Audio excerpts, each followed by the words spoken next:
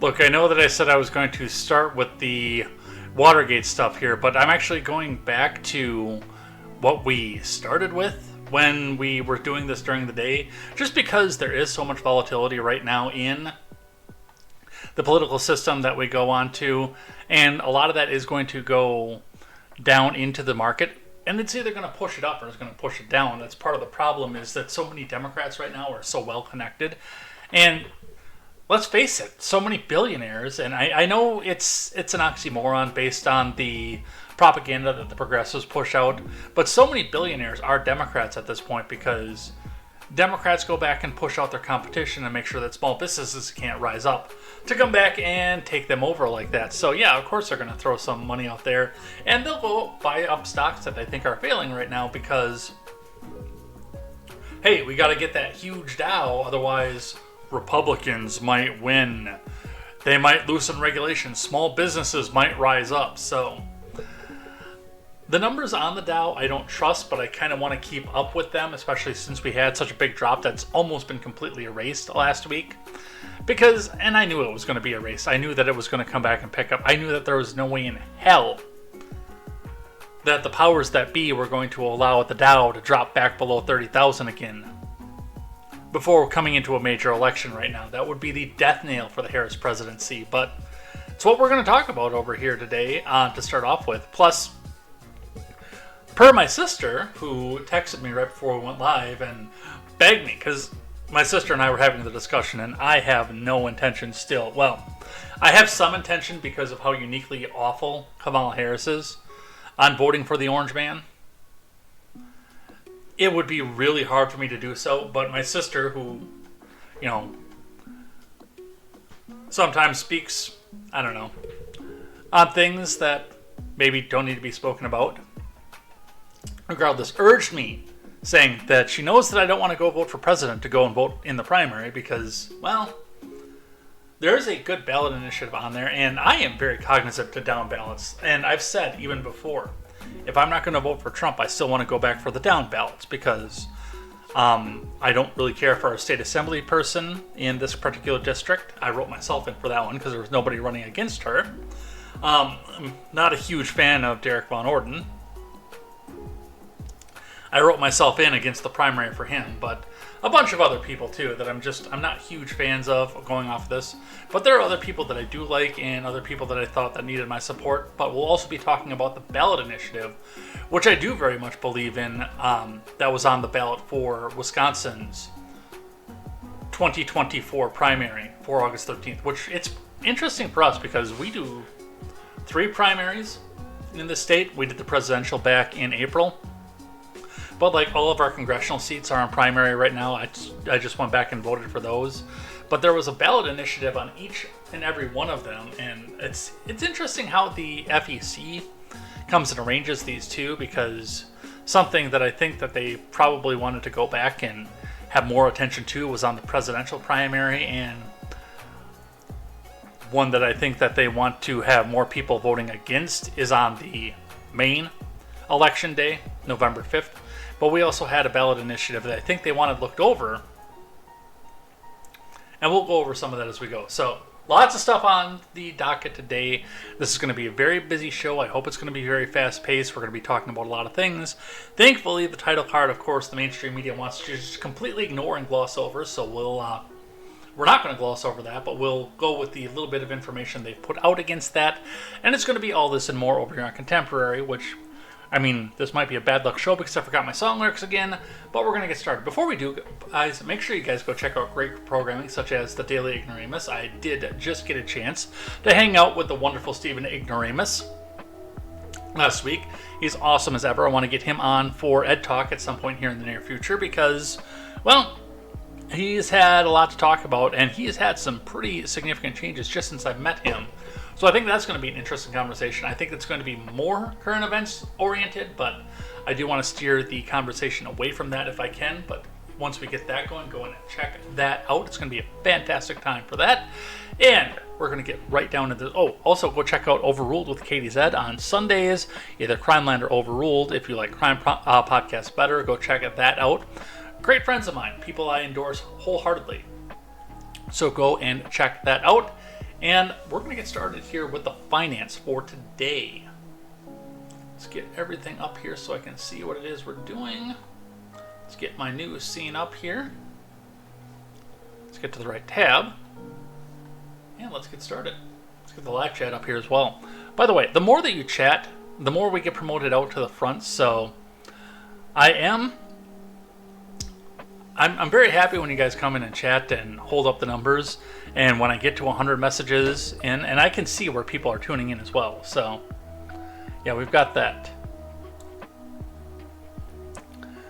Palm is hiding, of course. Small Human says no more Trump. I might have to. I don't know. I want to vote for Elmo or Big Bird. Do we have a kick ban? I don't ban people over on Kick. T. Trish can have a nice time out, though. I can say that. In fact, let's do that. Let's let you stay silent for about 5 minutes.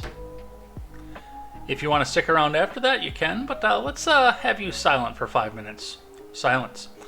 Oh, by the way, one more little bit of announcement before I get started is I did finish off Diablo 2. I said I was just going to do one character on normal difficulty. And we finished that out. I didn't think I was going to finish that last week. So I've got to do a little bit of play testing here yet tonight after the stream. I'll hopefully be doing some of that while I'm setting up the audio platform here. Because by tomorrow night, or if I skip it tomorrow, we'll go to Thursday, because I need more playtest time, I've got to figure out how to get my capture card to work. I can make it work. But currently, the last time I had it plugged in, it freezes up on OBS. So I want to see if we can get that fixed so I can get you some Super Mario RPG. The Legend of the Seven Stars coming up on Ed's World Gaming. So that's going to be a lot of fun. It's one of my favorites. Just like Diablo 2 is one of my favorites. That is definitely one of my favorites. And I have procrastinated and put off playing that because I want to do it for the first time on stream. I've played the original. I played it all the way through. I've heard that there's new story to this. Fingers crossed. But I did play up to the Mushroom Kingdom in Mario RPG. And it looks fantastic. It does. They simplified some of the timed hits mechanic, which I like. They did a couple other simplifications, some quality of life stuff. So I think it's going to be a good experience. I do. I think the new story, from what I hear, is also going to be a good experience. I'm looking forward to that. And with that, we're going to get started on the news. We're going to start with the Dow, as I did so many weeks ago when we used to do this daily. But we're going to start with the Dow, which is today up 408.63 points, or about 1% on the day. So with that being up 408.63 points, that puts us back to where it was before the hyperbolic is actually a good way for it. But the crash that caused everyone to take pause in the markets last week, with the Nikkei leading the crash over in Japan. Now, a lot of this is important because, they say, the progressives run out and say the millionaires and the billionaires and the running of the politics and the big money and this and that and next thing.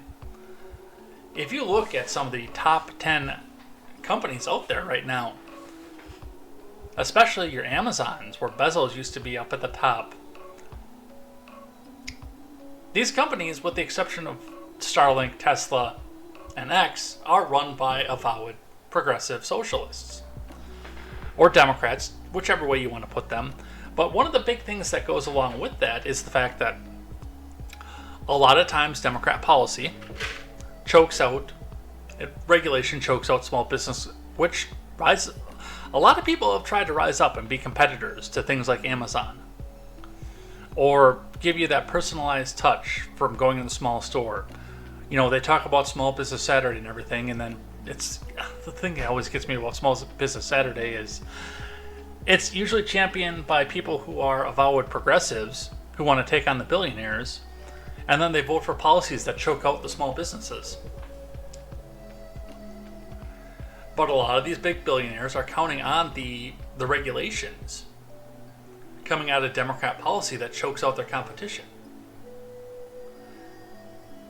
And with that being said, and I was saying this a bit before, it wouldn't surprise me at all to find out that a lot of these people are going out and buying up stocks, whether they believe in them or not, just to try to hold this up above or near 40,000 up until Election Day, because, hey, if this drops in to the 20,000 range, even the 30,000 range,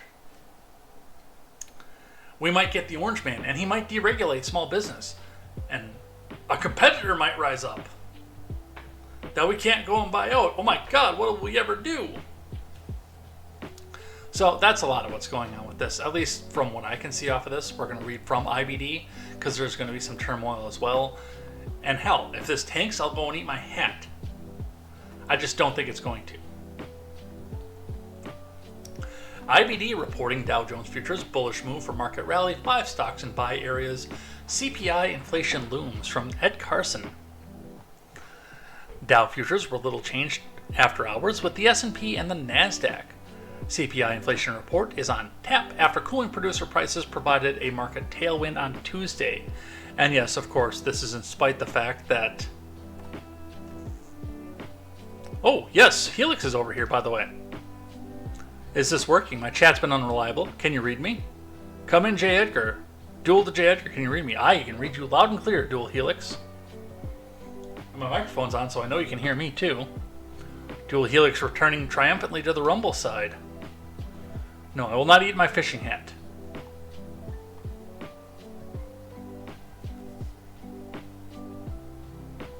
Let's see. The big one has joined me over here on Twitch, too, by the way. I'll check with this after this. The market rally had a strong session, with the NASDAQ and NVIDIA leading the way. C Limited Surge into buy area on earnings, Meta Platforms, ServiceNow, and Monolithic Power Systems flashed buy signals. Investors can be looking to add exposure as long as the stock market continues to act well. The DOJ mulls a Google breakup. The DOJ is mulling a breakup of Alphabet, Bloomberg reported on Tuesday night, in the wake of last week's antitrust victory versus the internet giant. During the remedy phase of the trial later this year, the DOJ will almost certainly push to end the exclusive search deals, such as making Google the default search provider on the Apple iPhone. If the DOJ aims for a breakup, it would probably seek to carve off the Android mobile operating system and Google's Chrome web browser, which would be interesting because, well, I am an Android user, so I'm not sure how that would work because, hey, they own it all.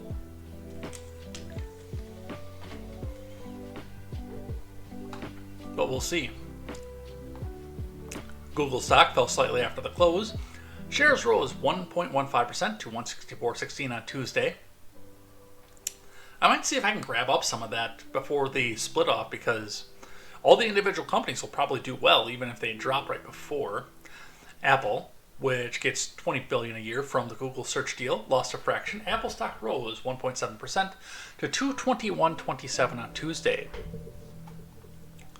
New holdings, earnings beat views, new stock rose solidly in overnight action. The Brazilian digital bank rose 1.7% to 12.71 on Tuesday, with a sixth straight gain after diving as low as 9.67 on August 5th.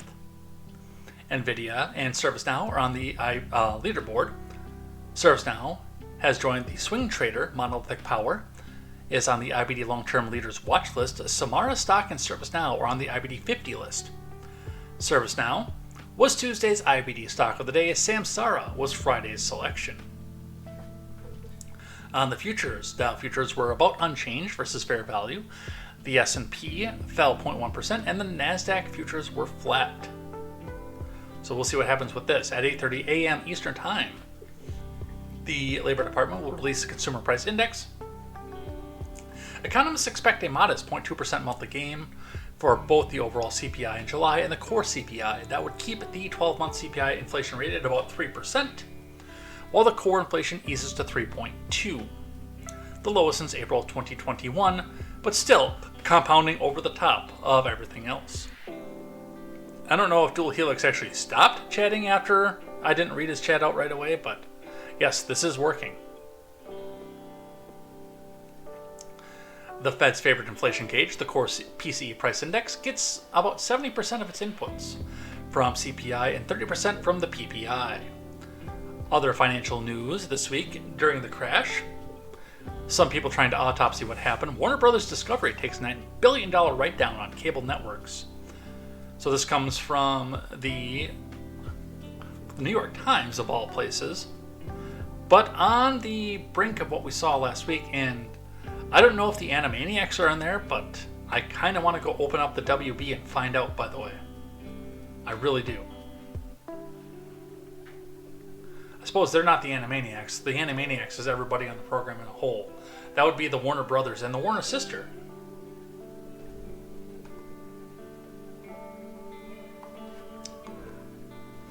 Anyway, I actually promised I would check the chat here before I went here.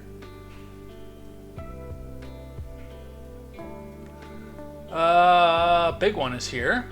Hi. Welcome to the party, just getting started. Stardew during stream, okay. Was today a voting day? Today was one of the Wisconsin primaries, yes. It's easy to overlook. Yeah, and typically these primaries, because there's not a presidential on there, do get overlooked a lot. I will not eat my fishing hat. And no, Rumble does not come into Twitch. Alright, Ben Mullen reporting Warner Brothers Discovery, the parent company of CNN, HBO, and TNT, said on Wednesday it was writing down the value of TV networks by $9.1 billion. The latest sign of the continued freefall of traditional cable. Dave Zaslav, the company's chief executive, said on an earnings call that the write-down was an acknowledgement of the headwinds faced by the legacy media companies. Which is funny that they're calling themselves the legacy media. It's fair to say that even 2 years ago, market valuations and prevailing conditions for legacy media companies were quite different than they are today, Mr. Zaslav said. this impairment acknowledges this and better aligns with our carrying values with future outlook. Write-downs are common when a public company needs to alert investors that a piece of its business has depreciated significantly in value. It can be a leading indicator of further trouble, such as when Disney wrote down its stake in the ailing publisher Vice in 2019, which is now dead, by the way, merely an acknowledgement of what investors already know. Like many traditional media companies, Warner Bros. Discovery is trying to replace the profits from its declining cable business, including CNN, with cash from its nascent streaming businesses. The company's streaming service Max added 3.6 million subscribers in the most recent quarter. Really? People buy Max? That's news to me.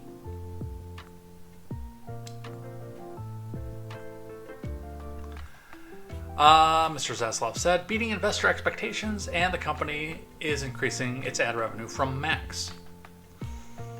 By and large, investors are betting that streaming profits will supplant the earnings from cable. The share price of TV companies like Warner Bros. Discovery and Paramount have continued to slide precipitously despite growing revenue from streaming services. Warner Bros. Discovery stock closed at $7.71 a share on Wednesday, down 68% since it debuted on April 2022. It fell another 8% after the markets closed following the company's earnings announcement. Which means if you want to gobble some of it up right now and try to hold it up, it is available.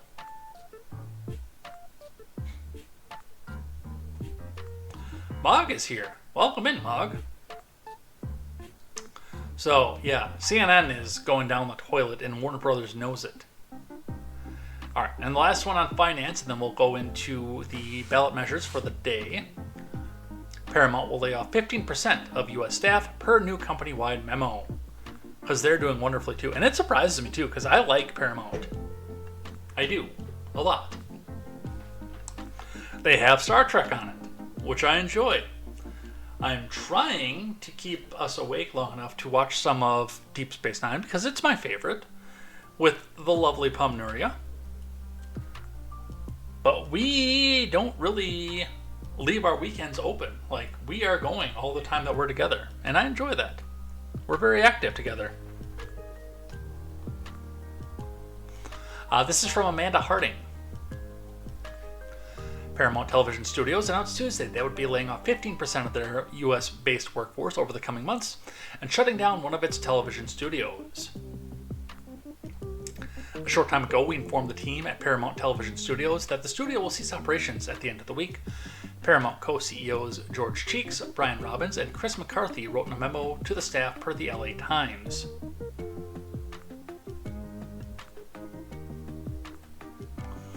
This is not a decision based on how the PTVS has performed. The executive team explained in the note, this move is a result of significant changes in the TV and streaming marketplace and the need to streamline our company. No, it's about the fact that inflation has made many of these jobs too expensive to hold up. This song is called Never Wanna, and I always chat in the chat when I hear it on the other one, Radio Cutman, that I can't say I never wanna, I sometimes wanna. The outlet noted that the studio shutting down is the one responsible for making television shows including Reacher for the Amazon Prime Video, The Spiderwick Chronicles for the Roku channel, 13 Reasons Why for Netflix, and Station 11 for Warner Bros. Discovery. So it doesn't appear to be any of their in-house IPs. Paramount reported having 21,900 full and part-time employees and 4,500 project-based staff members in 33 countries, and 79 countries and 9 continents, or however the Cartoon Network commercial used to be, at the end of 2023. According to Deadline, the company cut 3% of its staff last February. These mass layoffs will help save the company $500 million by reducing the headcount by over 3,000 employees, the outlet noted. The memo further stated that Paramount will let go of certain staff members starting today and continuing through the end of the year. It's kind of like the old sign. Somebody took a now hiring sign and pasted an F over the H. But don't worry, the economy is fantastic. It's great. Nothing to worry about here, folks. All right. let's talk about the Wisconsin election here for just a moment. Specifically for my baby sister. So, back in April, we had 2 ballot initiatives. Initiative 1, prohibit any level government in the state from applying or accepting non-governmental funds or equipment for election administration, which took an overwhelming yes. Which means that no more Zuckerbucks in this state if this does pass on the regular ballot. And initiative number 2, provide that only election officials designated by law may administer elections, also with an overwhelming yes. And this is one that I know that a lot of people wanted to have on the presidential because that's what's on a lot of people's minds during the presidential. The Zuckerbucks. Coming up for the general election on November 5th, one initiative states in the state constitution that only U.S. citizens who are 18 or older can vote in federal, state, local, or school elections, giving us a constitutional amendment that says, no, you shall not vote in our elections if you are not a citizen of the U.S. So that'll be coming up here in November. But today, the one that they tried to hide on the ballot that not as many people go to, the primary ballot for all parties, I thought it was just a Republican one, but the one for all parties, 2 initiatives, which I actually very much favor on both ends of this. Initiative number 1, state legislatures, prohibits the legislature from delegating its power to appropriate money. Which means that the legislature can't just come up and say, you know what, do whatever you want, Governor. We're not going to have a vote on this. You took in the money, you do what you want with it. Which I think is important because the power of the purse is the power of the purse. Question 2, require the legislative approval before the governor can expend federal money appropriated to the state. Also important, it provides a stopgap and a check before the governor goes and spends the money that he went and took from the Biden admin to do whatever it is that he wants to do. Which I think is a good thing based on the places the projects went in deep blue enclaves, places that supported Evers, and a lot of the places that were on the fence especially got this, but places that openly disavow Evers were left out in the cold. Like Buffalo County, Pepin County, where I grew up, just got a nice big revamp of Highway 35. Those are counties that are on the table. They're on the fence. They could go one way or the other. And once they see those nice shiny Biden dollars repairing one of their main arteries on their roads, they say, oh, look at what Evers did with Biden dollars. Let's go vote for both of them. Meanwhile, deep red enclaves like Milton or Whitewater or Fort Atkinson get mostly ignored in the midst of this. So, that's a lot of what's going on with this. I don't know if they will allow a rejection outright of the money. It's possible. I don't think that they would. But I know it'll give our state legislature a way to allocate these funds. So that's what we have going on for that. Alright. We're going to get into Watergate 2 in just a moment. Let's go check in on the chat. Dual Helix did disappear, unfortunately, and that makes me sad because I like him. Let's see. Mug is here. Yeah, can I unsubscribe with the government? I'll be playing with that one later. Paramount's my favorite streaming. Yeah, I like it too, actually. Substreak. Did we get a sub? What do we have? What do we have? What do we have? The Mog resubscribed for 5 months at tier 1. They've been subscribed for 15 months. Thank you for that, by the way. I think Palm wants another sub too, by the way. I have to go and check and see and make sure that my Prime got resubscribed.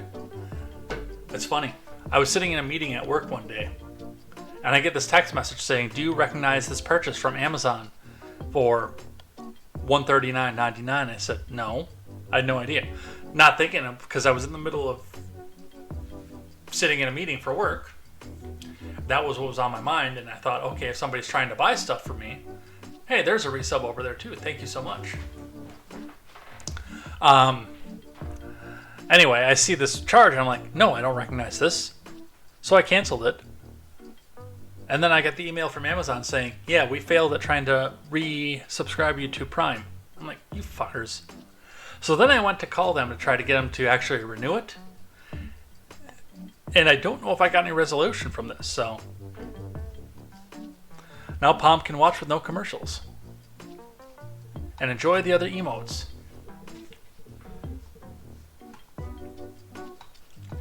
That's a nice Torino, by the way, too.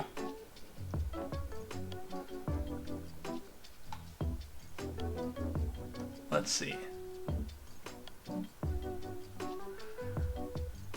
Would I be banned for saying Janeway was better than Cisco? No, you'd be wrong, but that's not bannable. Did they still call it AOL Time Warner, or did AOL die? I think AOL is pretty much dead at this point, but it got sold off, I know. Like Mog said.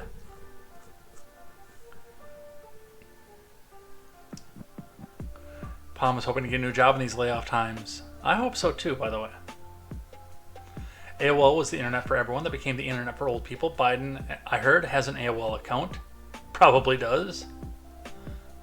I don't anymore. Jill, how does this guy know I got mail? Jill. I just got a campaign text while I'm on air. I don't know if this is going to interrupt Instagram or not, but I'm going to read it right now on air.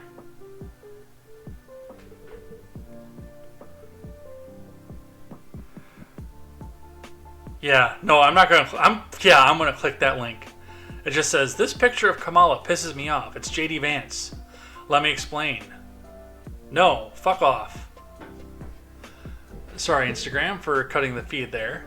That's all that it is. And I'll do stop to end after this, but no. I'm politically active, and I don't read the political texts.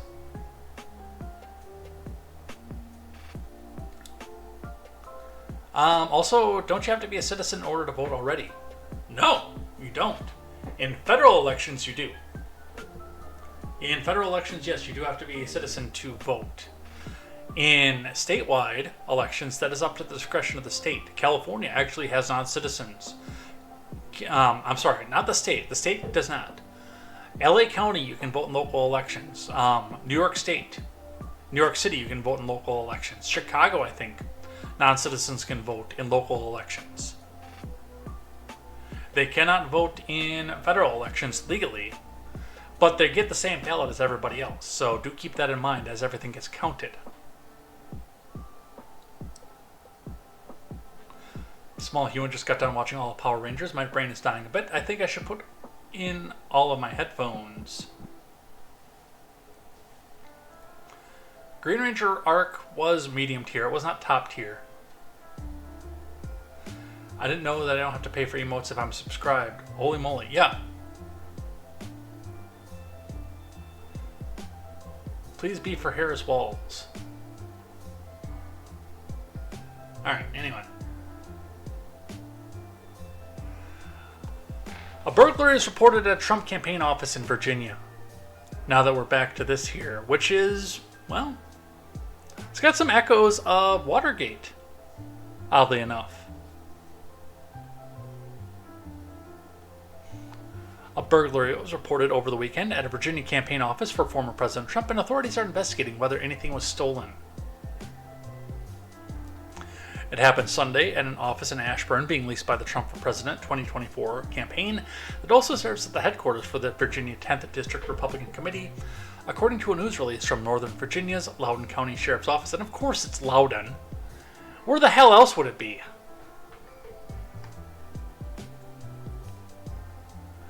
The sheriff's office was contacted around 9 p.m. Sunday. The office said it has surveillance video that shows someone wearing dark clothing with a dark cap and carrying a backpack. An investigation continues.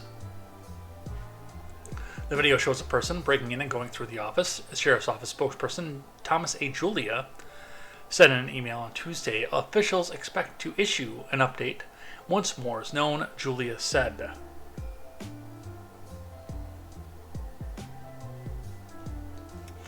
Yes, they were alive when they cast the vote, so yes, it does count.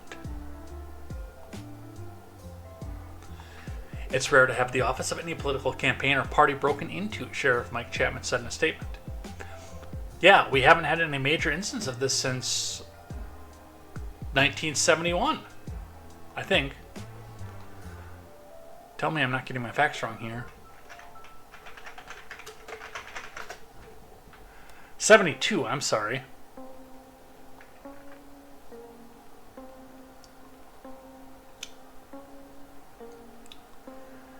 We're determined to identify the suspect, investigate why it happened, and determine what may have been taken as well as what may have been left behind. I've got this feeling you're going to find the suspect. He's going to be so remorseful for what he did that he is going to shoot himself twice in the back of the head. Oops, sorry. Remember, if you are feeling down about yourself, thinking that it's too late for anything, thinking that you're having a problem, thinking nobody cares, do dial star 988. Or the National Suicide Prevention Hotline, please. I know that's supposed to be triggering for some people to talk about this, but yes, if you do need help, do seek that out.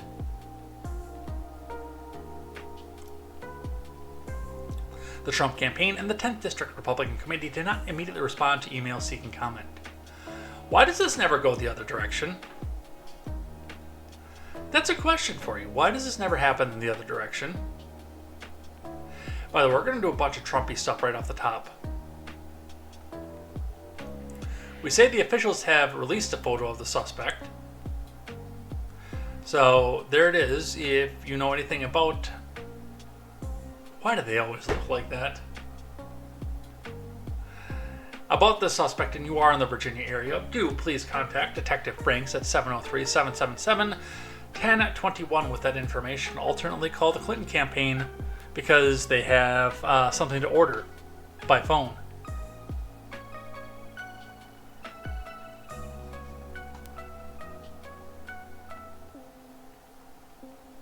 So, a lot of things to go with this, and there's really not a lot of coverage. Part of this is because this happened right at the time that Trump was going on for the Twitter space.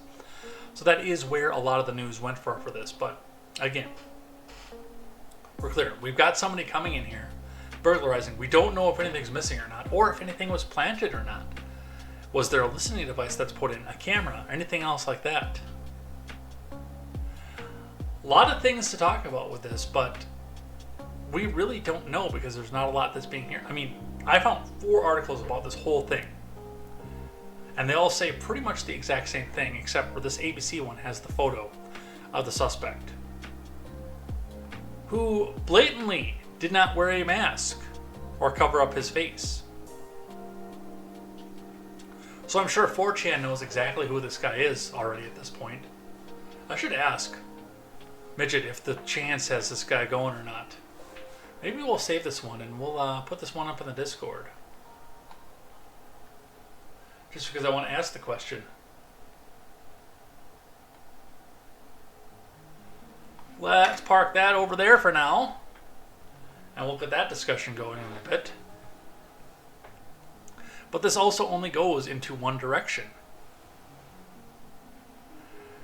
The shot at the ear. The assaults on voters. And the breaking in of a political office.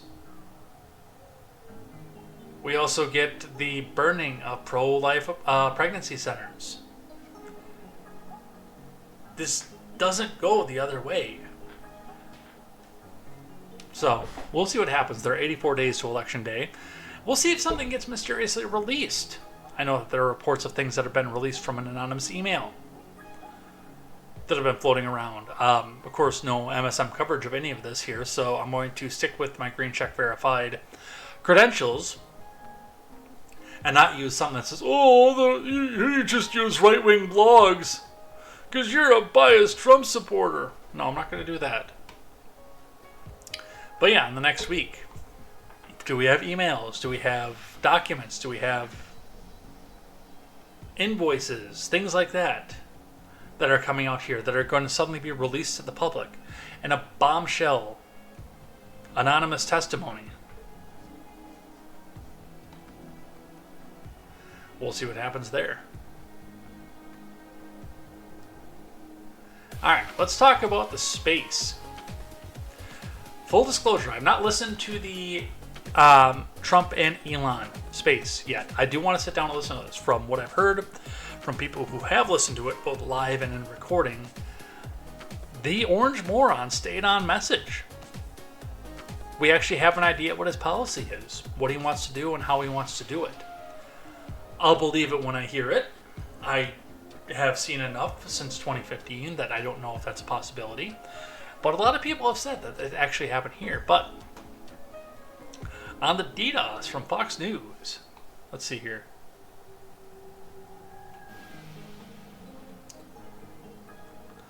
How much news was there about the delay of the interview? Quite a bit, actually. The Clinton campaign has a stool already assembled from IKEA and a special rope already tied for you. Call now.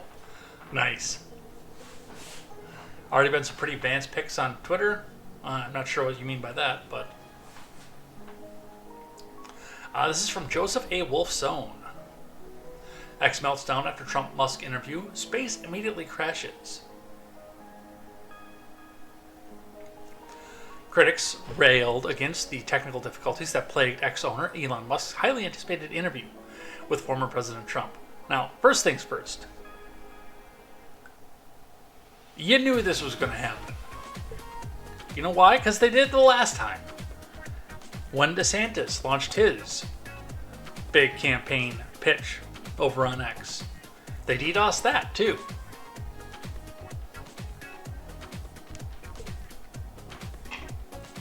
I know that Elon was taking precautions and doing test streams to try to make sure this went off without a hit, but you knew it was going to happen.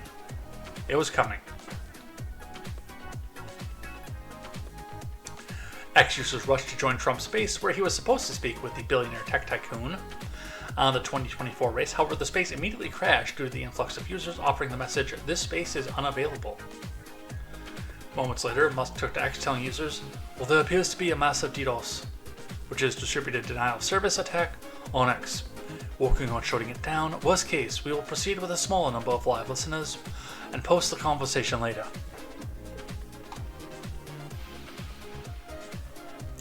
In response to one X user who speculated Democrats were involved in technical meltdown, Musk wrote, "Yeah." Musk later insisted X was technically prepared for Trump interview, posting, "We tested the system with 8 million concurrent listeners earlier today. We will proceed with the smaller number of concurrent listeners at 8:30 Eastern Time and post the unedited audio immediately after." Musk followed. Which, once it was live, you could get into it. I can attest. I did listen to it for a few minutes. They were talking about illegal migration at the time.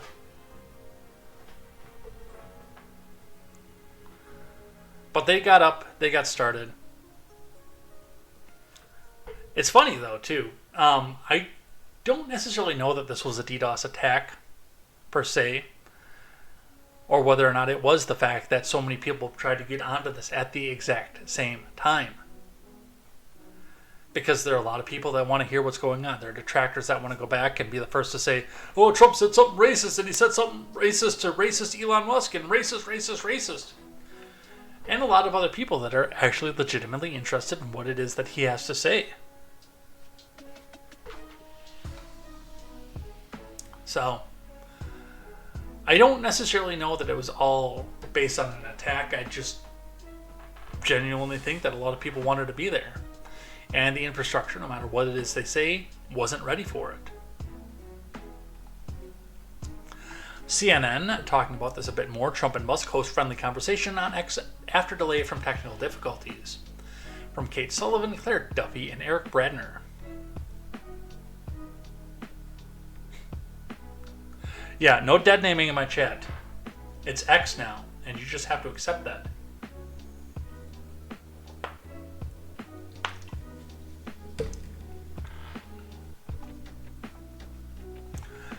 Former President Trump and Tesla CEO and ex-owner Elon Musk hosted a friendly conversation Monday after the interview was delayed more than 40 minutes due to technical difficulties. The delay of the high-profile interview was the Trump campaign's latest stumble as it looks to regain momentum following the Democrat Party coalescing around Vice President Harris. Which, it shouldn't be too hard to get the momentum back, just have the debate. Get her out there, see if you can define her policy, because all she is doing is saying, I'm not Trump! I'm not Trump!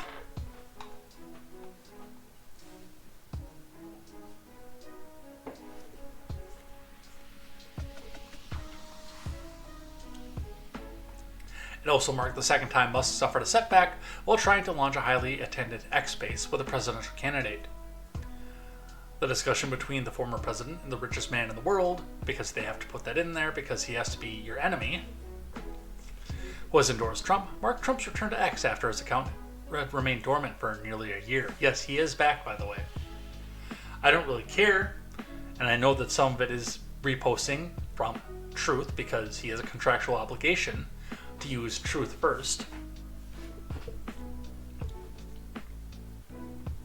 The last time Trump had posted on social media website was when he posted his mugshot from being processed in an Atlanta jail in the Georgia election subversion case.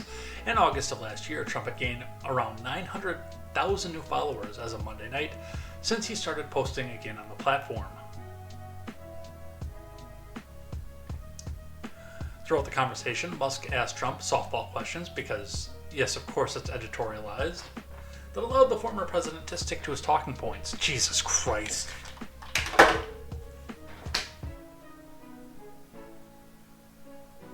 Why don't you tell us what the questions are rather than putting your own fucking spin on them, you morons? Jesus Christ, I need a haircut.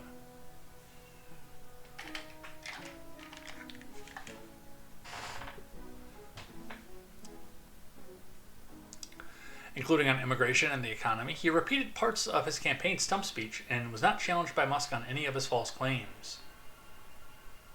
The two men also heaped praise on each other, and Musk claimed, I think we're at a fork in the road for the destiny of civilization, and I think we need to take the right path, and I think you're the right path. Trump said Musk's endorsement meant a lot to me. Not all endorsements mean that much, to be honest. Your endorsement means a lot. Musk at one point suggested Trump should form a new presidential commission focused on the government efficiency and appoint him to it. I support this. Now, see, and I might have to listen to the space over this. If we have something like this that's in the platform and an actual way to implement it, this might actually be a positive vote for Trump, for me. And I don't say that lightly because I've been deriding him since he got back into the race. He's better than the other morons that tried to put their hats in the ring, but I have been vastly anti-Trump since he got back in the race just because of the way that he spent the first time. But if I see a plan for government efficiency with an actual step-by-step way to implement it, including getting around rhinos and Democrats in Congress, you got my vote. That'll be incumbent on you to, of course, implement it. But this is the kind of stuff that I need to see as a fiscal conservative.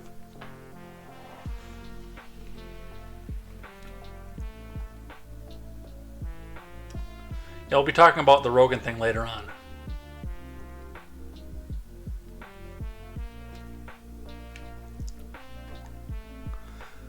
Trump and Musk began their discussion with the former president, retelling in detail how he'd survived the assassination attempt in Butler. Trump discussed how the shooter had been spotted by local police and rally attendees, and he praised the Secret Service for reacting to the shooting. The conversation covered a broad array of topics, including lengthy portions on energy policy, climate change, and the threat of nuclear warfare, immigration, with Trump promising the largest deportation in the history of the country, which I do not support, by the way, Not because I want them to stay here, obviously. It's because in order to pull it off the way that they keep saying so, pretty much means the suspension of the Fourth Amendment.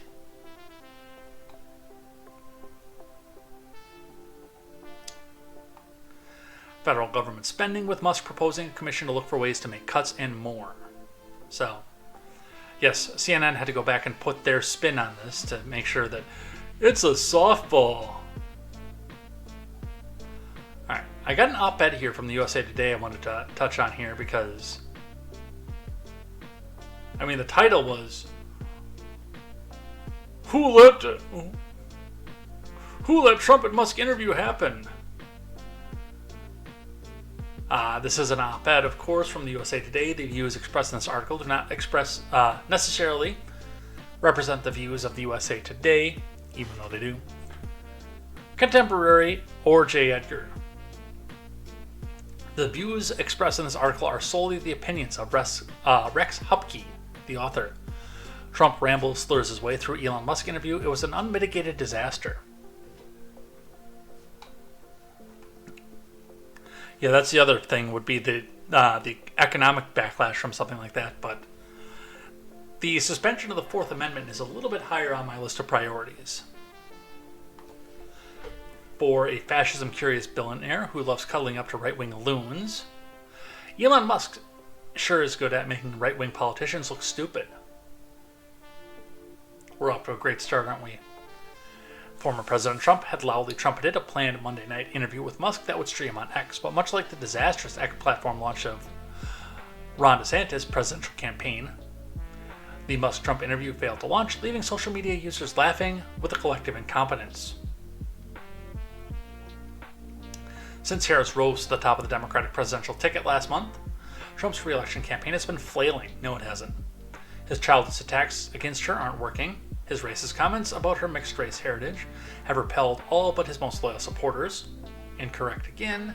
His vice presidential pick, J.D. Vance, becomes less likable every time he speaks. Also, fact-check false. So his answer, weirdly, was to sit down with Musk and talk to what would undoubtedly be a very online audience that doesn't represent the broader electorate. Wow. Way to talk down to your core audience. Had the conversation gone off without a hitch, it still would have been odd and largely useless for Trump's efforts to halt Harris's momentum. But the online interview went off the rails with a multitude of hitches. X users erupted with frustration or laughter as the planned start time passed and nothing could be accessed. It took more than 40 minutes before the interview could start and be heard by anyone. It was amateur hour, the last thing a campaign struggling to project competence needs. Except his campaign didn't put it on. Elon did.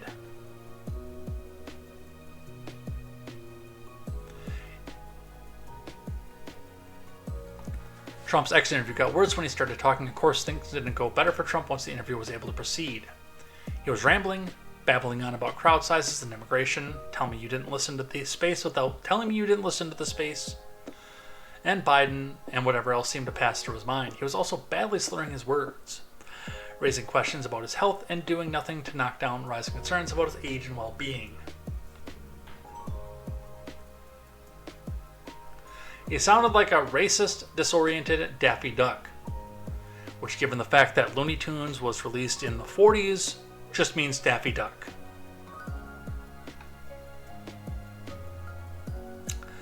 You know what this article makes me want to do? It actually makes me want to sit down and listen to this.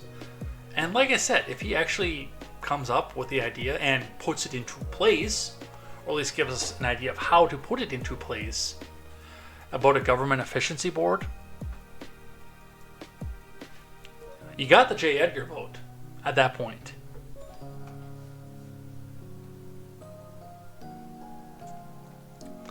Let's see. Mogg still has nightmares of Giuliani and drag.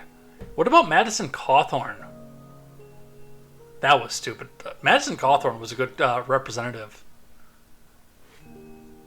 And the little bit of, quote, drag that they put him in was really nothing to get that concerned about. It was a college thing. Lost Rogan and picked up Musk. That's a draw earnings for pothead votes. Does Rogan attract the potheads? Sometimes.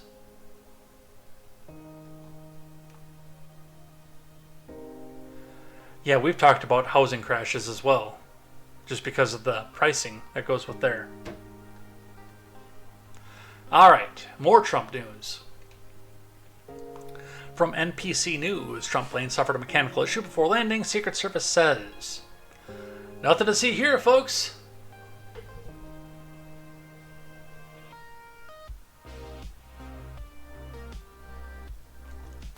From Kelly O'Donnell, Jake Traylor, Tom Winter, and Zoe Richards. Former President Trump's plane landed in Billings, Montana on Friday after suffering a mechanical issue, according to the Secret Service. The Secret Service said the plane's mechanical problem was not related to any security issue. Bullshit! It's unclear whether the original intent was to land in Billings or Bozeman, where Trump was set to appear at a dinner fundraiser and a rally. The Trump campaign did not immediately respond to a request for comment on Friday night. Margot Martin, deputy director of the communications for the Trump campaign, posted to X a video of Trump from his plane. The former president also attacked his political rival, Vice President Harris. Trump made no specific mention of any plane issue in the video clip. Look, planes have problems. I get that.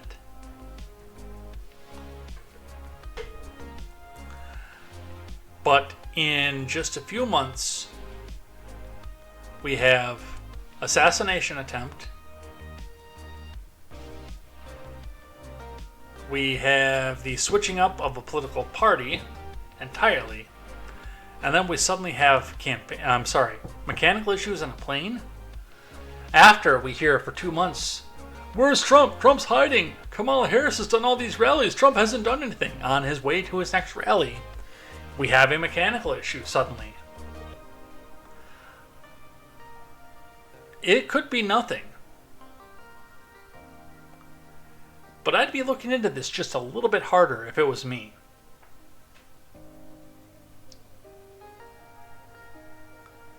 I mean, the department runs on statistics, not goodwill charity. So.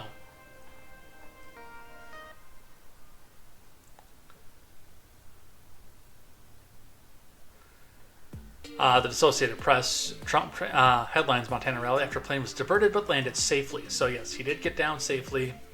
Nothing bad happened. Nobody was hurt. Trump traveled to Montana for a Friday night rally intended to drum up support for ousting the state's Democratic senator. But the former president's plane first had to divert to an airport on the other side of the Rocky Mountains because of the mechanical issue, according to airport staff. Trump's plane was en route to Bozeman, Montana, when it was diverted Friday to Billings, 142 miles to the east, according to Jenny Mako. An admin assistant to Billings Logan International Airport, Trump continued to Bozeman via private jet. The former president came to Montana hoping to remedy some unfinished business from 2018 when he campaigned repeatedly in Big Sky Country in a failed bid to oust Jon Tester on Friday. Trump ripped the three-term senator, mocking him for being overweight and insinuating he sometimes sided with the former president.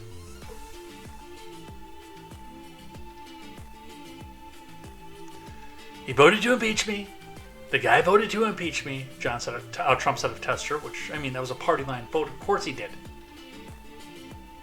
Technically he didn't because the House votes to impeach.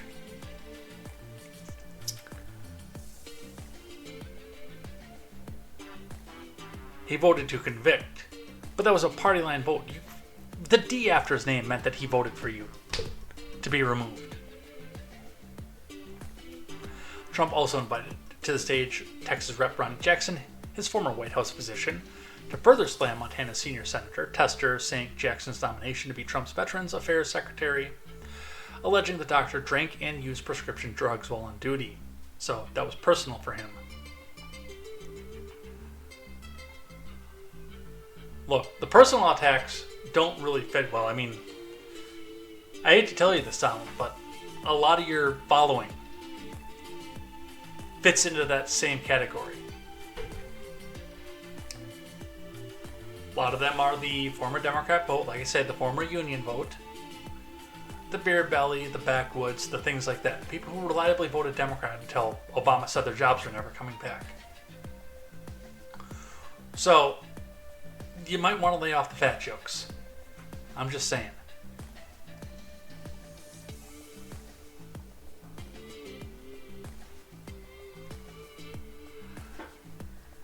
I got an op-ed here. Do I want to do this one here? Yes, I do. Because this is more Trumpy stuff. So, we talked a while ago about the idea of stopping taxes on tips being Trump's idea. Well, the Harris campaign has actually appropriated that now and trying to run on the same thing and saying it's her idea. What if I told you Kamala Harris's best ideas are actually Trump's from Nicole Russell? Hector, did you change the oil in Trump's plane? Hector. Oh, who are you? Why are you wearing mechanic's overalls and a really fancy earpiece? That rag smells like chloroform. Nice. I love that. Nicole Russell with the op-ed here. Reminder, of course, again, just like the other op-ed, because I do this for both directions. The opinions expressed in this op-ed are the opinions of Nicole Russell, not necessarily the opinions of the USA Today, Contemporary, or J. Edgar. Lean in close and I'll tell you a secret. Kamala Harris's best idea is Trump's. As a Republican who can't stand Trump, I loathe to say that, but it's true. It's routine for politicians running for president to lay out a policy agenda and to make promises. Heck, we're even used to how often they break those promises once they're in office. But rip off your opponent and pass his idea as your own is a bold strategy. Especially since that was a popular idea, by the way. At a campaign stop in Saturday in Vegas, Harris championed a proposal to eliminate federal income taxes on tips. Good idea, I wonder who thought of it first. So, translation. The Harris campaign learned how to plagiarize from the Biden campaign. It's a plan that Trump has been talking about for months. In fact, Trump talked about eliminating the tax at his own campaign rally in Nevada in early June. When CBS News reported on Harris suddenly touting a Trumpian tax cut, they said she was merely echoing her rival. Of course, Trump doesn't own the idea of ending taxes on tips, but neither President Biden or Harris has taken action on eliminating the tax while in office in the past 4 years. Biden cutting taxes, it's laughable. In fact, he's proposed the opposite. Trump's idea to eliminate the taxes is popular because it appeals to everyday voters struggling to make ends meet, in large part because inflation rate that soared under Biden's stewardship of the economy. Now Harris has ripped off Trump without so much as a nod in his direction, and, to make it worse, much of the news media hasn't called her on it. If Trump did that, he'd be called a thief.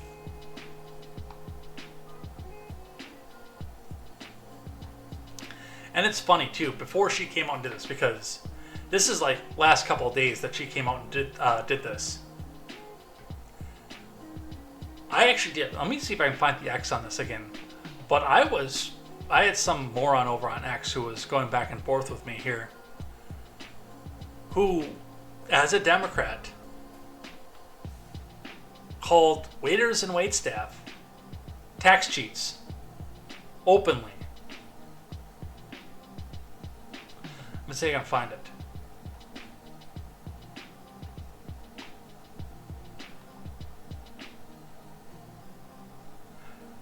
No, I want to use the other one, because we can go back into the other one. Yes, let me get this over here.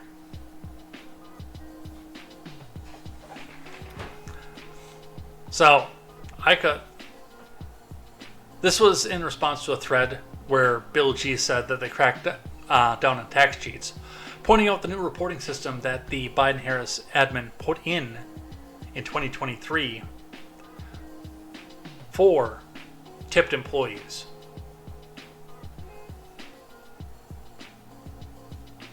And I pointed out, I said, a Democrat calling a working class waitstaff worker a tax cheat. I swear to God, if Trump endorsed air, these lemmings would suffocate themselves. Bill G, this was his double down too, because he did another one before this, said, anyone who cheats on their taxes is a tax cheat. Why is that hard for you to comprehend? Says the champion of the working class. In which I also responded to that one separately saying, imagine looking at a minimum wage server and saying, tax cheat, and simultaneously being a Democrat. His response, and I swear to God, Democrats have been championing waitstaff, trying to pick them off, make them permanent Democrat voters for as long as I can remember. I know, I grew up raised by a waitress. Imagine being so ignorant of how much a good server actually makes. That is not the point, you fucking moron.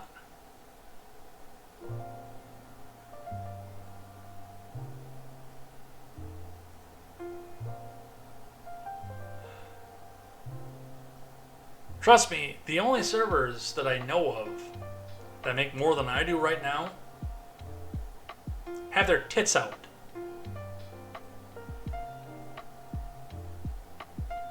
I may be wrong. There's a possibility. But as far as I know, that is still a sub $40,000, no matter how many tips you make, career.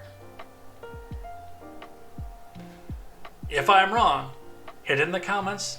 Get on X, tell me I'm wrong. Go ahead. But I don't know any waitstaff. Well, maybe I guess some high-end ones at like a luxury resort or something else like that can clear the kind of money that your average middle classer makes by themselves. Which is why Democrats have historically tried to court these people. Because they're a poor, underserved class. Except to Bill G, who considers them to be tax cheats.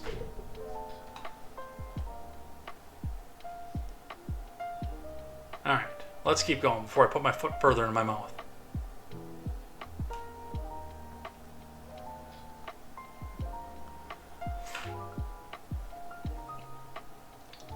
Alright, even Fox News coming out here. Newsweek headline rewrites Trump's pledge to eliminate taxes on tips as Kamala Harris tax proposal. From Lindsay Cornick.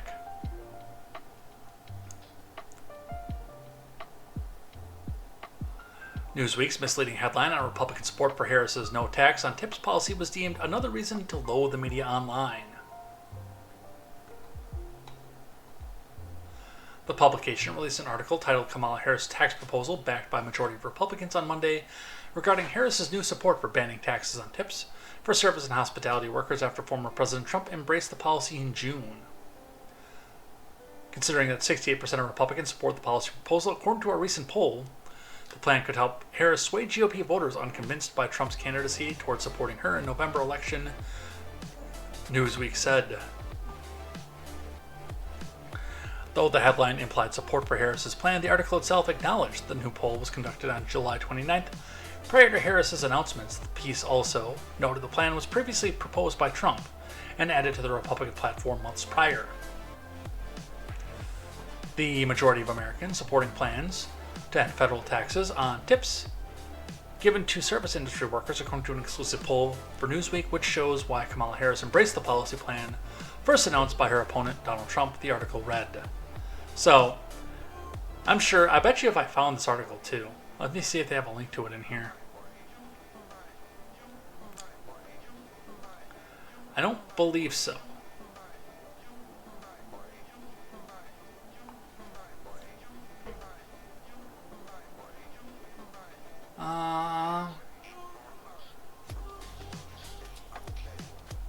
No, that's a Fox News one. Here it is. There's the Newsweek one.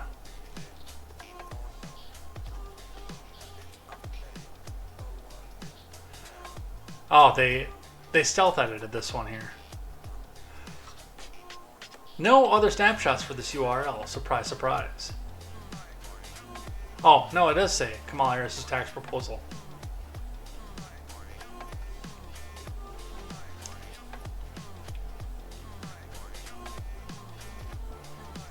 Yeah, they come back down and say, I'm surprised they have it up this high up in the article. Because typically when they do something like that and say that it's Kamala's tax proposal, they'll bury something like this where it says plans to cut federal taxes were first announced by Trump in Vegas in early June. They'd come back and bury this back down because, a lot of people don't necessarily read past the headline. Typically, they'll read 2 or 3 paragraphs in. So I'm a little surprised by the structure of this article, but it is in there. So it caught the people who only did the headline, but nobody else. Got a pair back to back from NBC outlets. First from regular NPC News, and then we'll have one from MSDNC.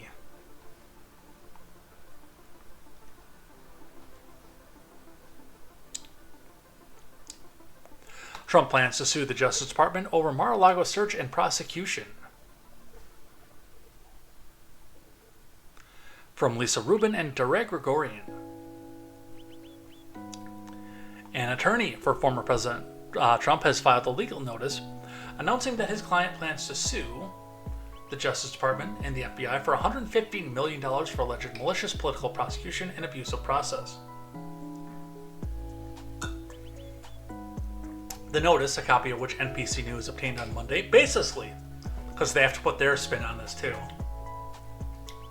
accuses DOJ leadership and Special Counsel Smith of having perpetrated a malicious political prosecution aimed at affecting an electoral outcome to prevent Trump from being reelected, a frequent accusation Trump makes online and during campaign events.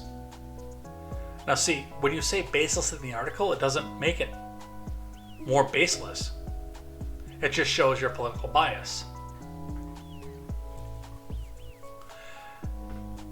This malicious prosecution led President Trump to spend tens of millions of dollars defending the case and his reputation.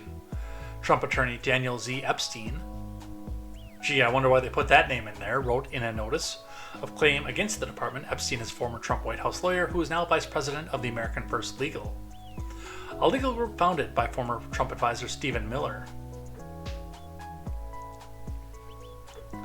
The filing complains the FBI's court-approved search for classified documents at Trump's Florida estate in August of 22 was improper, as was Trump's subsequent indictments for the scores of sensitive classified documents that agents turned up during the search. Trump had pleaded not guilty, in spite of the fact that, again, you will never, ever, ever see a document. You'll never know what's in these documents.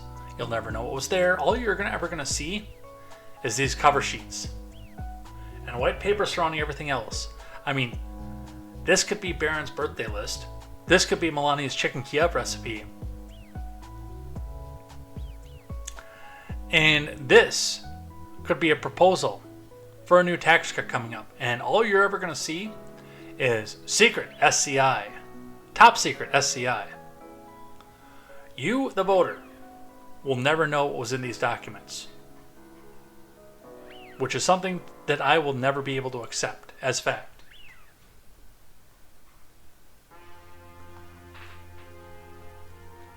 The filing, which was first reported by Fox News, said the search violated well-established protocol involving former presidents and cites a Trump social media post after searching, saying the government could have had the records anytime they wanted. All they had to do was ask, the Truth Social post said. The filing does not mention multiple requests from the National Archives and the DOJ for Trump to return the records. The DOJ had also issued a subpoena for the return of such documents in May of 2022.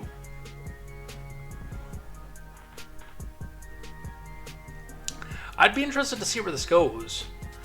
I don't even know if you can sue for this right now because this case has not been dismissed officially. It's just on indefinite hold. MSDNC having to put their spin on this, of course. Deadline. Legal blog. Trump cites Judge Cannon in seeking compensation for the Mar-a-Lago search. From Jordan Rubin.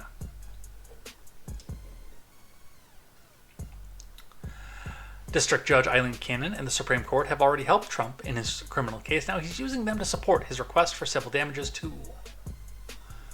A lawyer for the former president is citing Cannon and the justices in a filing that serves as a precursor to a possible federal lawsuit stemming from the 2022 search of his Mar-a-Lago property and subsequent charges for the alleged unlawful retention of national defense information and obstruction.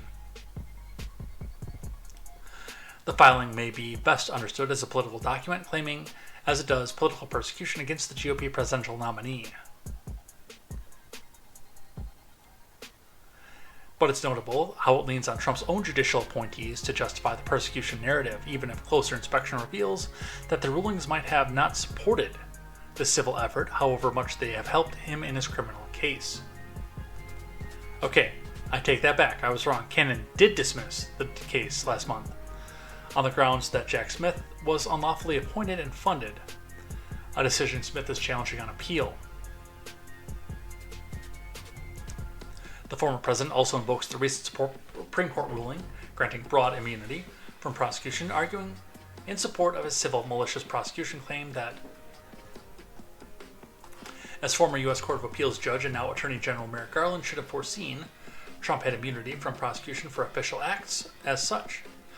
Given the Supreme Court's immunity decision and Judge Cannon's dismissal of the prosecution on the grounds that the special counsel's appointment violated the Appointments Clause and his office was funded through an improper appropriation, there was no constitutional basis for the search and the subsequent indictment. The argument is a little difficult to follow. No, it's not. Now, with no ruling on whether or not this was an official act, I don't know if this would hold water as such, but the dismissal of Jack Smith as being improperly appointed would hold water. So, I don't think that this goes anywhere. I'll be completely honest with this in saying, but I'd like to see at least what's brought forward in discovery. Because if they're going to pursue something like this, I feel like they already have something. And I want to see what it is, so. And you know the Krasensteins and people like that are going to be out there trying to poke as many holes in it as possible. Alright. We have spent almost an hour, probably over an hour, on Trump stuff. Let's do Harrison Wallace stuff. First off, stupid quotes of the day. Kamala Harris. We believe in the collective. You will eat the bugs, you will live in the pod, you will be assimilated. Resistance is futile. We believe in the collective. We're not falling for these folks who are trying to divide us, trying to separate us, trying to pull us apart. That's not where the strength lies. We believe in the collective. I also noticed that there's a little bit of code switch going on there as well. That's right. You are not an individual. You are part of the collective. You're part of the greater good. Deep says, sounds like some commie bullshit to me. No thanks.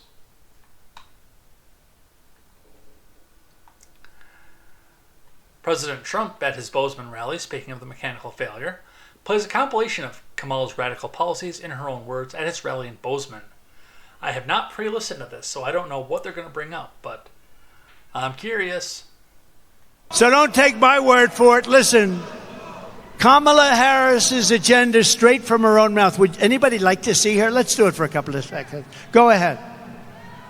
Yeah, I am radical. We need to get radical about what we are doing and take it seriously. As President of the United States, I am prepared to get rid of the filibuster to pass a Green New Deal.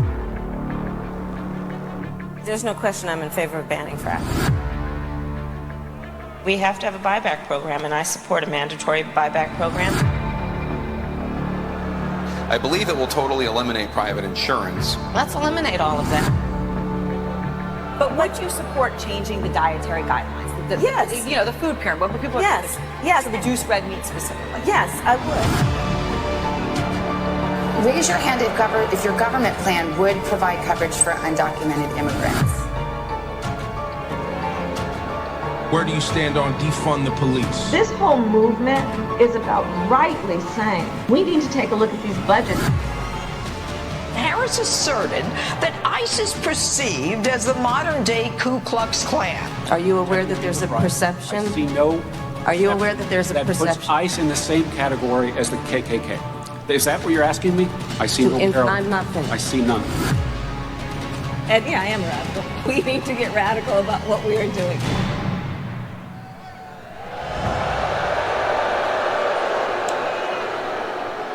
And that's just a small part of it. So don't take... Now, I know a lot of MAGA people have criticized the other side of taking things out of context. I would just like to see what the context was for these quotes, because by themselves they are pretty damning. There might be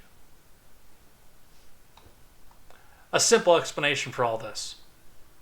I'll hear you out. I'll listen. I'll even listen to Kamala Harris tell me what the explanation is for all those quotes. Go ahead. Your move.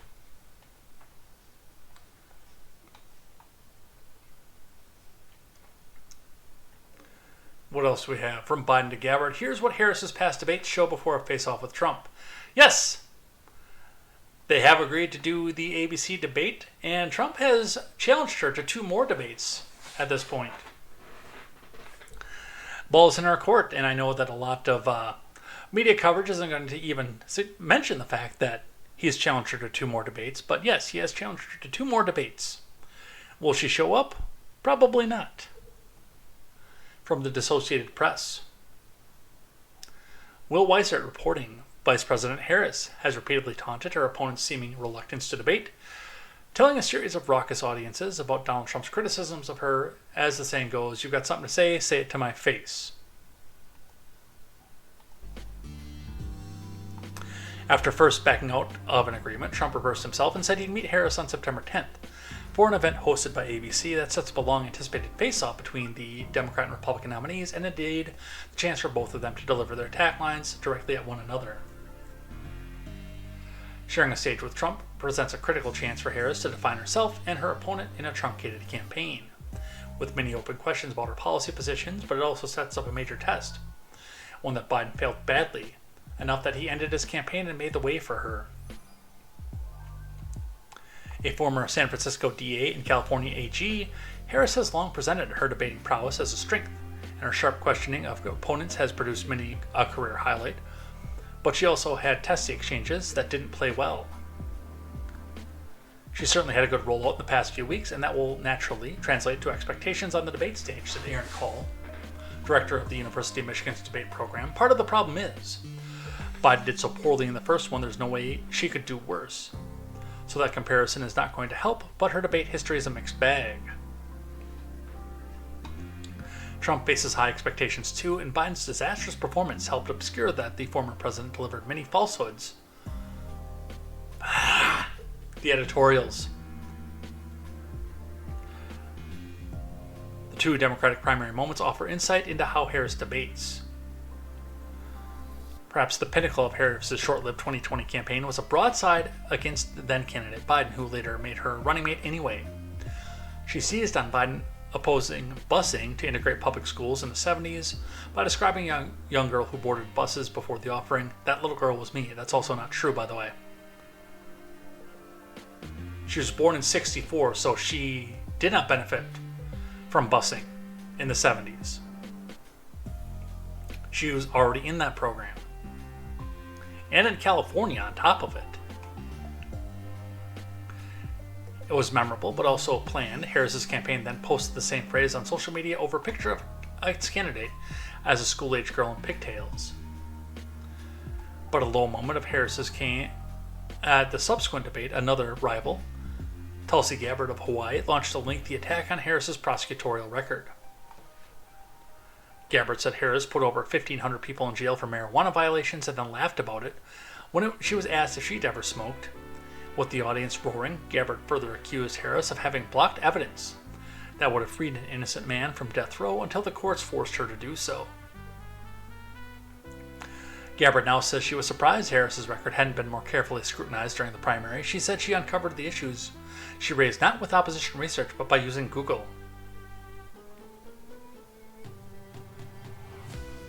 Ultimately, this is disrespectful to voters if she's not responding to or addressing questions about a record that she claims to be proud of, she added. Harris can show defiance in confrontational moments. Sometimes flashing a touch of defiance can work. Harris first established a national reputation as being especially verbally nimble while questioning Bill Barr and his pick for Supreme Court, Brett Kavanaugh. After Kavanaugh repeatedly sidestepped abortion questions, Harris demanded to know if he could think of any laws that give the government the power to make decisions about the male body, forcing Kavanaugh to concede, "I'm not thinking of any right now." Call of the University of Michigan said Harris's 2020 debate performance against Pence was also well received, even though Pence, of all people, stopped her in that debate. Her most memorable line was probably rebuking Pence's interruptions by reporting, "I'm speaking." Now, if we get the Harris that we've had for the last 4 years, this is over before it started. Because that's all she's going to have, is she's going to get up and do her girl boss thing and say, "Excuse me, I'm speaking." And the mainstream media is going to fawn over this, and that's like, she's not going to have to do any substance to anything that she has to say.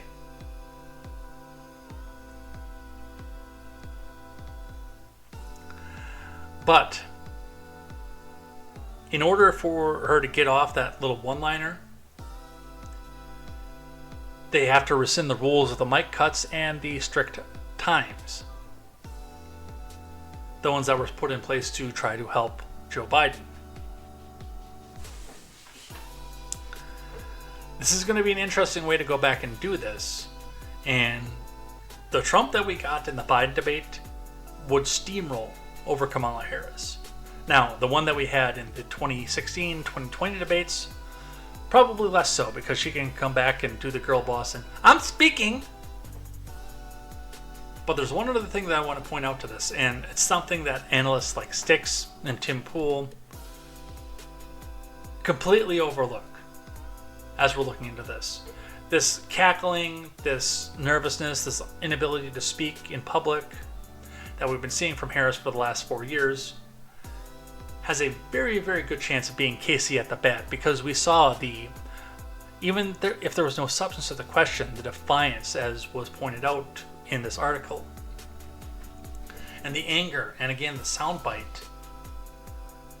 When we looked at the hearings, like, you said you had no contact with anybody who had anything to do with the abortion argument, and yet you know people from this law firm. Who do you know in this law firm? Brett Kavanaugh. And that kind of defiance there, which again, there was no substance to that question.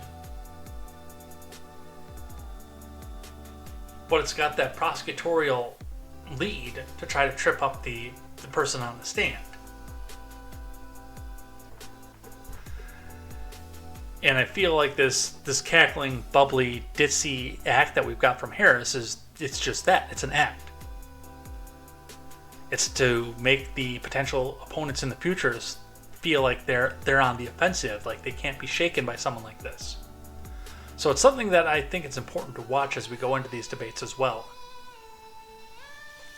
And as Tulsi Gabbard pointed out, this is a uniquely evil individual who would hide evidence just to make sure that people for relatively small crimes stay in prison for a very, very long time.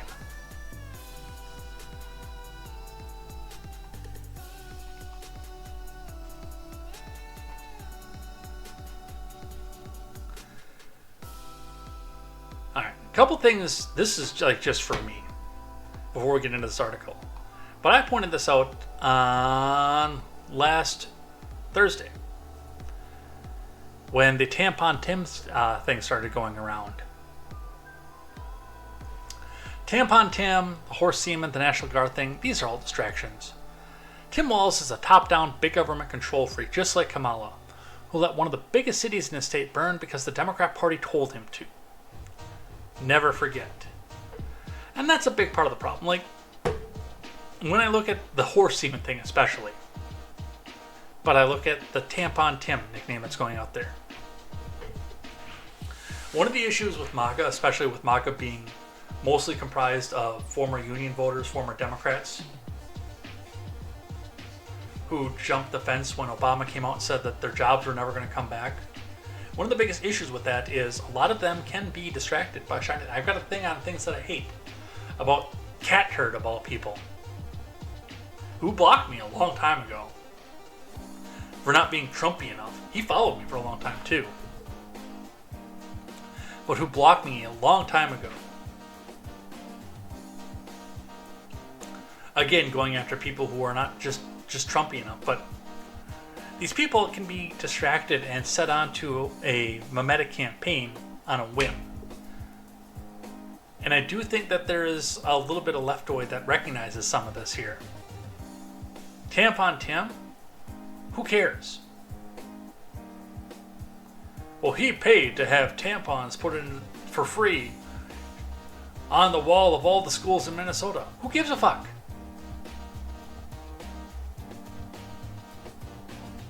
He also upped the tax code, and he's telling everybody that socialism is just neighborliness. That's what I'm worried about.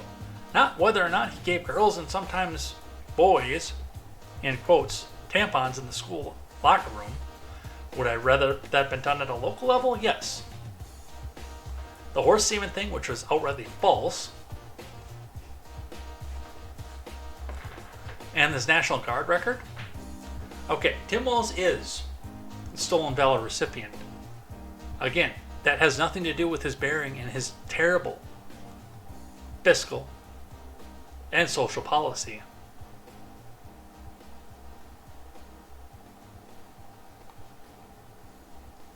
So don't get caught up in the distractions. A little bit of this one here from Yahoo News. Tampon Tim, how the internet users have redefined the Trump campaign's attack on Tim Walz. I don't think that's the Trump campaign, their attack. I think they took it and ran, but I'm pretty sure some leftoid put that one out there for him.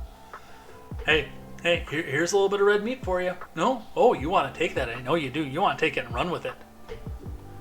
From Katie Mather. In an effort to paint Vice President Harris's running mate as a far-left liberal, the Trump campaign has chosen its nickname Tampon Tim after the bill Walz signed last year. The law, which went into effect in January, requires schools throughout Minnesota to provide menstrual products like sanitary pads and tampons to all menstruating students in restrooms regularly used by students grades 4 through 12. The nickname may not have pulled off what Trump supporters intended. Again, this was not a Trump supporter thing, I promise you. And they go on to explain the tampon thing and everything else. And Minnesota is not the only state like this. Yeah, there's, again, none of this is relevant to what goes on into the White House and what could potentially go on in a Walz-Harris White House. This is a distraction. This is a distraction to give MAGA people an easy nickname to go back and bandy around. So nobody sits back and looks really hard at the fact that the tax rate in Minnesota went up 12% while Walz was in office to pay for more social programs that keep getting pushed out.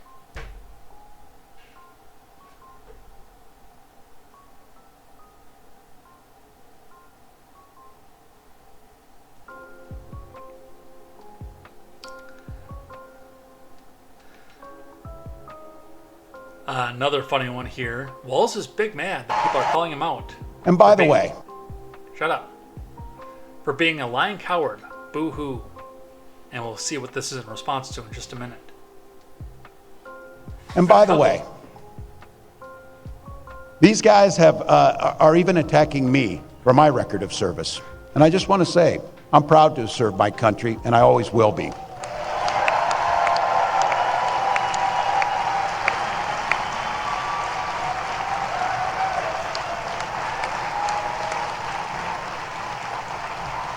With my dad's encouragement, a guy who served in the Army during the Korean War, I signed up for the Army National Guard 2 days after my 17th birthday. I served for the next 24 years for the same reason all my brothers and sisters in uniform do. We love this country. Then in 2005, I felt the call of duty again, this time of being service to my country in the halls of Congress. My students inspired me to run for that office, and I was proud to make it to Washington. I was a member of the Veterans Affairs Committee and a champion of our men and women in uniform. I'm going to say it again as clearly as I can. I am damn proud of my service to this country.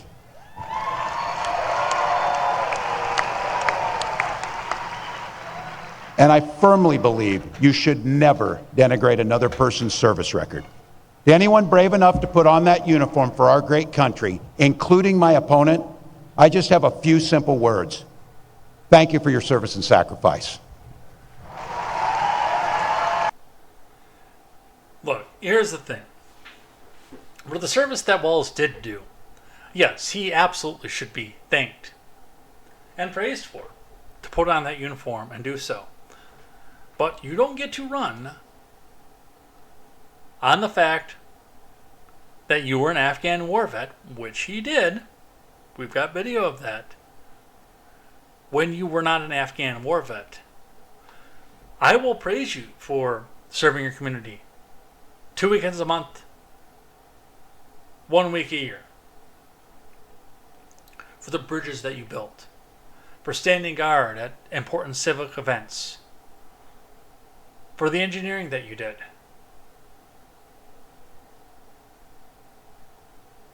Very proud of you for that. And he does claim to be an Afghan vet. Let's listen. Unearthed footage from 04 shows then Rep. Tim Walz telling a Gold Star family that he deployed to Afghanistan and that he and the troops under his command struggled with PTSD. And both of you, with your keen understanding of how this works, especially from National Guard families, I can tell you this, having been one of those that came back, we were in support of OEF, but sitting in there with OIF veterans, when we came back, they showed us the horse whisperer and told us to be nice when we went home. And that was the extent of it. That was in 2004. Now, I'm proud to say that because of the people sitting in here and people who came before me, things have changed over the last 4 years. They have not changed enough. But Mr. Kennedy is following and moving something forward that the late senator from Minnesota, Senator Wellstone, advocated so clearly, mental health parity, and this issue of destigmatizing mental health, of understanding. And I, being in there and knowing as a first sergeant, know exactly what you're saying, and watching as people aren't trained on this, that there is there's a discrimination that goes against a soldier who has the courage, the fortitude, and as you said, the insight to admit this. So there's a couple things I want to ask you, and both of you, with your keen understanding. Whoops.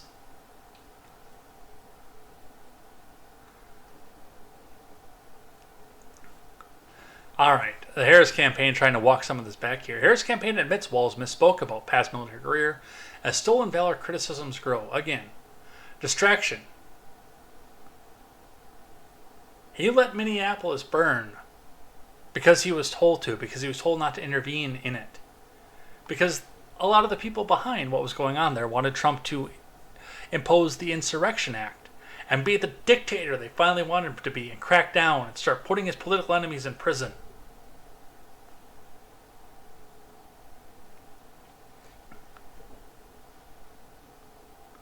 From John Levine, Vice President Harris's presidential campaign admitted Friday that her running mate, Tim Walz, misspoke about his past military service as growing chorus of critics accused him of stolen valor. Governor Walz would never insult or undermine America's service to this country. In fact, he thanks Senator Vance for putting his life on the line for our country. It's the American way, Team Harris said in a statement to NPC on Friday. In making the case for why weapons of war should never be on the streets of our classrooms, the governor misspoke.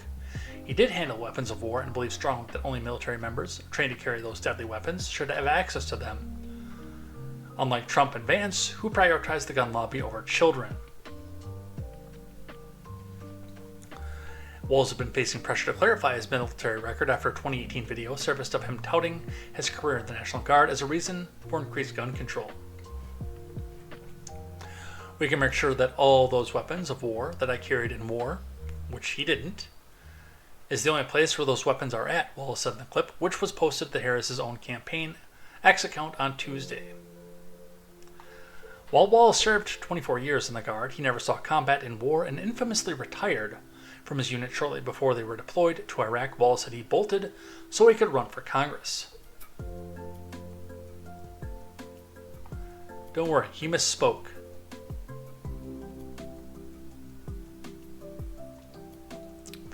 And his 05 website also featured an article claiming that he was a war vet from Luke Rosiak over the Daily Wire. During his first congressional run in 05, Tim Walz's campaign website featured an article touting the candidate as a war vet. The article from Roll Call was headlined, Minnesota Skinny, Democrats fretting about Rowley, touting the war vet. The website shared other headlines that implied Walls had been deployed to Iraq, including after Hackett's close call, Iraq War veterans are in demand, and other Iraq War veterans running. Whoops. I bet you they thought that nobody was going to find any of these things. Another X that was reiterating the same thing. I'm 99% sure that the National Guard thing, the Tampon Tim thing, and the horse semen thing were propagated by leftoids to give MAGA a shiny thing, so we didn't look too deeply into how tyrannical he actually is. Alright, where are we at? 141. We gotta start winding it down here. Here's an intro, some more wall stuff. Got some more wall stuff and some other stuff that I want to take care of here yet tonight. Let's get the live chat back up here.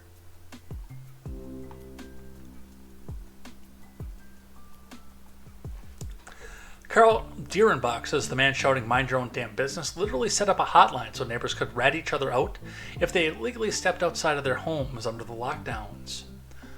Asen, Walls in Minnesota respect our neighbors and their personal choices that they make. Even if we wouldn't make the same choice for ourselves, that's a golden rule. Mind your own damn business. Let's watch. Some of us in here are old enough to remember. I see you down there. I see those old white guys. Some of us are old enough to remember when it was Republicans who were talking about freedom.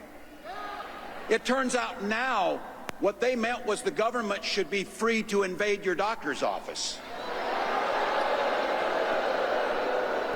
In Minnesota, we respect our neighbors and their personal choices that they make.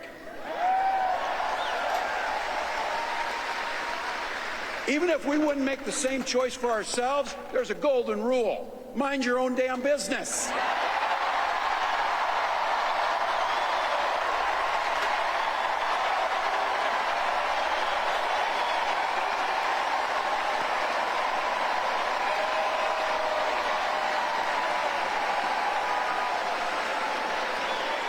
These guys are after my heart chanting, mind your own damn business. That feels good, so thank you. Look. Yeah, unless you don't want to wear a mask, or you don't want to get the holy jab, or you want to step out to do something other than go to the grocery store when we're under lockdown. Then, of course, don't mind your own damn business.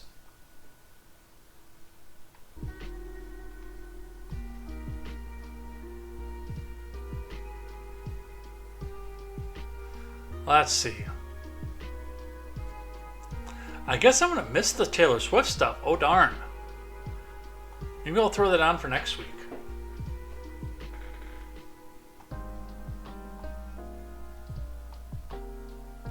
But I do want to talk about this one here. Specifically because we're at a situation of more government and I hate it. So, obviously this was a staffer that wrote this. This was not President Biden. But imagine for a moment this was President Biden telling us, I'm tired of seeing hardworking Americans get played for suckers. Today I'm announcing a series of actions to crack down on how big corporations, through paperwork, hold times, and scams, add hassles to Americans' daily lives. Here are a few actions my admin is taking. We're making it easier to cancel subscriptions and memberships. Which, I'm not going to say the name of the app because they don't pay me to. But there are 2 apps out there where the app actually goes and does that for you. They go find the subscriptions that are tied to your card and they go cancel them for you. In one click. Just saying. Again, if they were paying for me, you'd hear me saying their name. But they're not paying me, so fuck you, no advertisement. You should check them out, by the way. But no advertisement. You shouldn't have to navigate a maze just to cancel unwanted subscriptions and recurring payments. The FTC is hard at work finalizing its click to cancel rule that proposed to make this process a requirement. Mr. President, would you like to legislate that? No, I got a pen and a phone, man. Folks shopping for products or services should be able to rely on customer reviews to find companies that provide the best service. Which I do all the time. I don't understand why that's an issue. That's why the FTC has proposed to stop marketers that use fake reviews from undercutting honest businesses. If you're not smart enough to go through the fake reviews, you deserve what you get off of that. There's a reason I do so much research on every single thing that I buy. Finally, we're aiming to crack down on customer service doom loops, frustrating cycles that customers experience when seeking assistance. Customers should be able to talk to real people and being sent through a maze of menu options and automated recordings. That's just because you made it too expensive to do business. That's why the CFPB is working to help consumers talk to a real person by pressing a single button. And the FCC is looking to do the same. So there it is. And when you have to pay these real people, which I'm not opposed to, I think that there should be more American jobs, and these should be, but these will not be American jobs. They'll be farmed out to phone banks in India.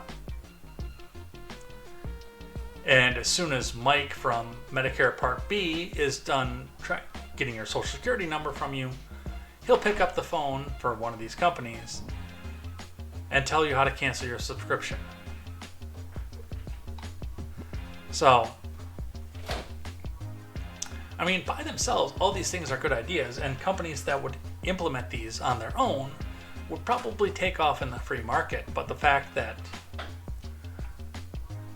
the Biden admin is going to try to force more regulation down on these companies to hire more people and stop the automated processes that were meant to replace people, that is going to make your products more expensive.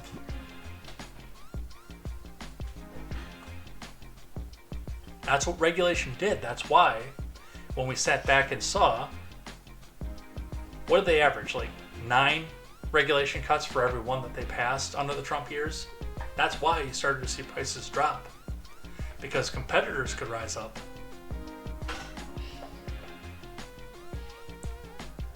And it didn't cost as much to do business. So, hey, guess what? This is going to drive inflation too. Aren't you excited? Alright, let's do a couple things that I like and a few things that I hate. We'll head out of here for the night. I got started a little bit late, but we're going to go a little bit late too. Luckily, this window is actually not that populated this time. So, as we start off, as we always do, the rules of acquisition, the 431 rules or commandments of the Ferengi religion, based on how they interact with other species in the galaxy, how they interact with each other, and how they gain the most profit possible. Remember, in these rules of acquisition, the Ferengi who keeps these rules of acquisition gains social credit, which they can use at the end of their life to take to the Divine Treasury and bid on a better life. We read one of these rules of acquisition every week. If it can be applied to the real world, we apply it there. We talk a little bit about how it's used in the series. And if it can't be applied in real life because, well, let's face it, Roddenberry was an avowed communist, so even though he made one of the most base capitalistic sets of rules out there, some of them cannot be applied to real world because they are a mockery of capitalism. Let's have a look. We did my favorite, the 10th rule of acquisition. Last week, greed is eternal.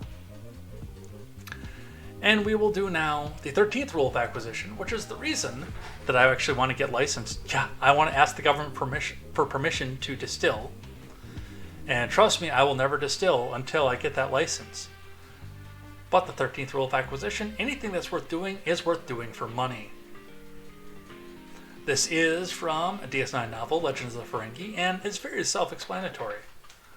Your hobbies, your interests, they're fun and you can do them on their own, but again, there's a reason that I'm also out here when I play video games, hawking for donations, subscriptions, etc. too, because hey, if I'm going to spend 3 hours, 6 hours a week playing video games, let's make some money off it, huh?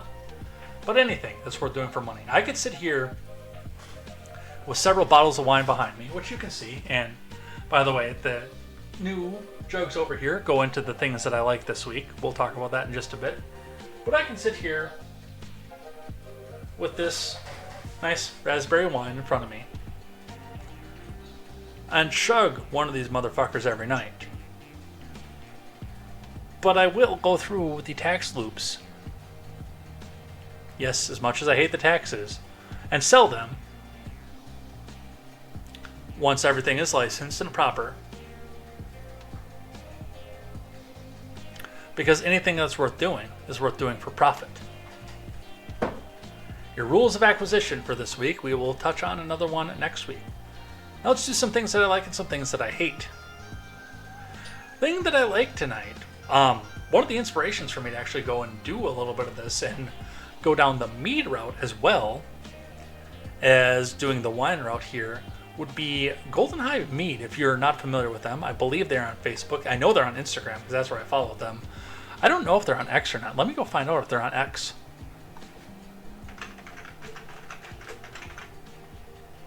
They are on X. That is at Golden Hive Mead over on X. They're getting a follow right now.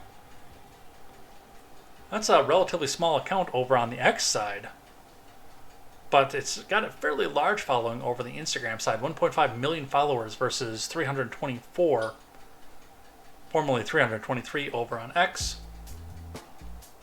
But I'm going to give them a shout out on this one here because, I mean, they do good stuff. They do fairly short explanations on how to do the good stuff, and it's enjoyable to sit back and watch. One of the most famous ones, and he's got pinned to the top, is the Mountain Dew wine, which we'll watch that video here in just a bit. And then we'll talk about what's sitting behind me. Ding. Can't promise it'll be delicious, but at least I'm the one that has to drink it and not you. I'm using just under a gallon of Mountain Dew with this fermenter kit. And by the way, you could try this with pretty much anything, but I feel like Mountain Dew is really pushing the limit. Normally for a mead, I'd use about 3 pounds of honey, which is actually more sugar than this amount of soda. So I'm actually going to add just enough honey so that this resembles a normal mead. Now what we need to do is add yeast, and then we can give this all a good stir until it's evenly mixed. This is a great yeast for wine, and it can get to around 15% alcohol. As outlandish as this seems, in order for it to actually work, we need to be at least a little scientific, and one of the first things that came to my mind was preservatives in the Mountain Dew that are specifically included so that this doesn't ferment. So this is obviously troublesome, but it turns out that preservatives, particularly sodium benzoate, is only effective when the pH is less than 5. And as you can see, this mixes well below that. Now this method isn't perfect, but by adding just a bit of baking soda, we can actually raise that pH just above 5 so that hopefully we can still get a successful fermentation. Now this brewing kit comes with a tool called a hydrometer, which measures the sugar levels and gives you a projected alcohol percentage. Over the next 4 weeks or so, the yeast will be eating away at all the sugar and converting it into alcohol. This lid comes with a hole and then a 3-piece airlock which will let out CO2 like you see here. This will be bubbling as it ferments over the next month or so, and then we'll check back with an update. You guys asked me to make delicious... So, full disclosure, this one right here is Mountain Dew wine. Now I used sugar in mine instead of honey as I wanted to get a regular wine. So yes, that's what this one is, and I added a little bit of tannin powder as well to get that actual wine mouthfeel where you wouldn't normally do that with a mead because you don't get the same wine mouthfeel when you do a mead. But yes, I have one of those, and then on the very end back there, you can't see it over here. Well, you probably can see the one. Yeah, you can see the one over here. I have an attempt that I did with Starry, which is PepsiCo's replacement for, what was it before? Sierra Mist? Yeah, they changed the name of Sierra Mist into Starry, and I really like it, actually. So I decided I wanted to try it. Now, when I got home, because I did this yesterday, and then I went to Palm's house, and when I got home today, it was not fermenting yet. Looked like the one that was wine with the tannin powder actually might be trying to do something, but I'm not sure if it's actually going to go or not. And the one, I did a pure one as well without the tannin powder, and that one is not fermenting at all. I did cram it with some more yeast nutrient before I got on stream, and I hope that's going to do something, but I'm going to give that a shot, because I know they use the same preservatives and everything too. But yes, I'm doing one of this as well, this time with sugar instead of honey, and seeing how it turns out. I've watched the rest of this. He's actually finished this and bottled it, and he says it has a slight chemical aftertaste when he does it. We'll find out. Other things that I like, of course, we have the memes, and we have great memes. Coming up with Walz being the candidate for vice president here, including this one, resembling one from One Monty Python. Mark Custosian with the criticism to Walz, and this is the video we watched earlier, that is Sir Tim to us, because brave, brave, brave Sir Tim ran away. With Walz, of course, saying, no, I didn't. Let's have a shout out for brave, brave, brave Sir Tim. That was funny. I like that one.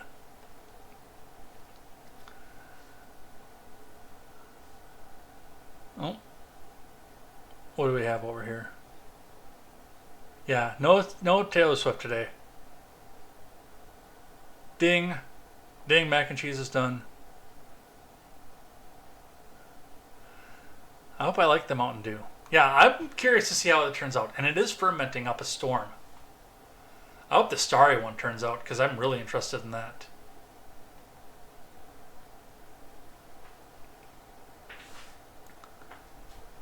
Alright. A couple other things that I like. The Freedom Caucus unveils a plan to protect Trump from lame duck omnibus, shore up election integrity.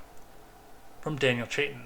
Again, if you remember when I made my what it would take to get me to vote for Trump video 3 months ago, I said that I needed to see a documented plan. I need a plan in order to do any of this. I need to see what it is that you plan to do and how you plan to get over this. And it looks like the Freedom Caucus heard, and they're going to give me a plan. The Conservative House Freedom Caucus unveiled on Monday a strategy that seeks to avoid a lame duck omnibus package that could extend Democrat priorities into a second term of Trump as president and would throw in a bill that requires voters to prove citizenship. That one would get challenged in court even if it did pass, by the way, because of Article 2, Section 1. It's an idea that I agree with. Don't get me wrong, but all of the election regulations are pretty clearly laid out in the Constitution that they get regulated by the states. So, while I would enjoy something like that, I know that it wouldn't pass. Well, it would pass, but it wouldn't pass Supreme Court muster. Congress has until the end of September to pass legislation to fund the various arms of the federal government, or face the prospect of a shutdown, but the GOP-led House is not expected to return from summer recess until 3 weeks before that deadline. If lawmakers cannot pass individual spending bills, they could resort to a massive omnibus full of pork and perks. The Freedom Caucus, which includes a few dozen members, believes that House Republicans should return to Washington to continue to work off passage of all 12 appropriations bills to cut spending and advance our policy priorities, the group said in a new statement. If unsuccessful, the inevitability that Congress considers a continuing resolution, government funding should extend into early 2025 to avoid a lame duck omnibus that preserves Democrat spending and policies well into the next admin, the statement continued. Well, yeah, and that's what they'll do, too. They'll go back and they'll pass something to get through November, get through the elections, keep the government open into election season. And then, should hell freeze over and Trump get reelected, then they'll go back and pass one that'll carry them through at least a year. Keep their spending priorities intact. Such a plan for a stopgap measure bets against Vice President Harris, who replaced Biden atop the Democrat Party's ticket, prevailing in November. As the group noted atop its statement, it would ensure Democrats cannot undermine a second Trump term with an omnibus in December. The Freedom Caucus also called for the Safeguard American Voter Eligibility Act, which aims to require individuals to show proof of U.S. citizenship to register to vote in elections for federal offices, and pushes states to remove non-citizens from voter rolls to be added to the short-term spending bill. Your poison pill, right there. Now, anything with this language in that is going to get denied by the Senate, And the media is going to run cover for the Senate doing so. And I do say that this takes us a bit of a step too far when you put a poison pill in like this. Do your appropriations, get your spending cuts, get them on record, and let Democrats be the one to say no, because then they will come in and beg for the omnibus and shut down the government over it. But I've never known Republicans to want to win either. They want to lose gracefully and stay in the opposition. And the last one, again, only thing I like because, well, I consider Kamala Harris to be a unique existential threat. Are you better off now? Trump returns to X with a flurry of new posts from Zach Jewell. Former President Trump returned to X on Monday with a multitude of posts, including one where he directly appealed to voters. Trump's first post on Monday morning was a campaign video that showed moments from his 2016 race and his term in office. Less than an hour later, he posted again, writing, "Are you better off now than you were in 2020? Or when I was president, rather. Our economy is shattered. Our border has been erased. We're a nation in decline. Make American dream affordable again. Make America safe again. Make America great again."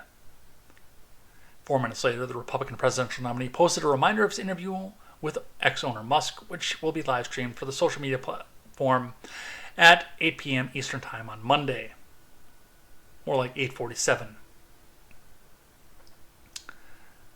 And I like the fact that he's back off of this. Now, there are contractual obligations because he owns Truth Social that he has to go to Truth Social first. He can cross-post after the fact, but he does have to go there first. I know a lot of the Ron bros are sitting here crying over the fact that he won't go back and post on it. Well, not anymore, obviously. But that he wouldn't post on X. And it's terrible because he's ignoring us. Well, he's back. He's doing what his contract requires him to do. Otherwise, he'd be sued out of ownership of his own business. So it'll make a few things interesting. We'll see what gets community noted, what doesn't. And on the "are you better off than you were 4 years ago" thing, because, now that it's 2024 and into 2024 and into the lockdowns, a lot of our left-right friends like to come back out and tell us, "Oh, well, you weren't better 4 years ago. The economy was in free fall, and you were locked in your home, and this and that and the next thing." And I have to point out to these people, I'm in a salaried position right now. And I make $20,000 more than I did in 2020. Probably more than that at this point. But I can tell you right off the bat, I have more, or had more buying power in 2020 than I do now. Right now, I have to budget to go across the state, to go meet with family. I have to sit down and write in a budget what I'm going to do. Especially if I'm going to be going back 2 days later and hanging out with Stephen Ignoramus. I have to write a budget, know where every penny is going to go, and pinch and scrimp, sometimes cut off other things, to do so. In 2020, I didn't even have to think about a trip to the grocery store or the used video game store. And that famous day last June, or June of 2020 rather. No, it was later than that. It was like August or September, I think. I'll have to go check my timelines again. But that famous day where I just pretty much out of nowhere told my boss I was going to be gone for a week, jumped in my pickup truck and drove to Washington, D.C., and then to Orlando after that, with Stephen Ignoramus in tow to hang out with John, and then drove back via D.C. to Wisconsin. On a whim. And it only cost me $150 to go down there and back. I didn't even have to think about it. I just got in, went, stopped at restaurants, ate at restaurants, all sorts of stuff. I didn't have to think about a word of that. I couldn't do that right now. There's no way, even making 20 grand more a year, that I could do that right now.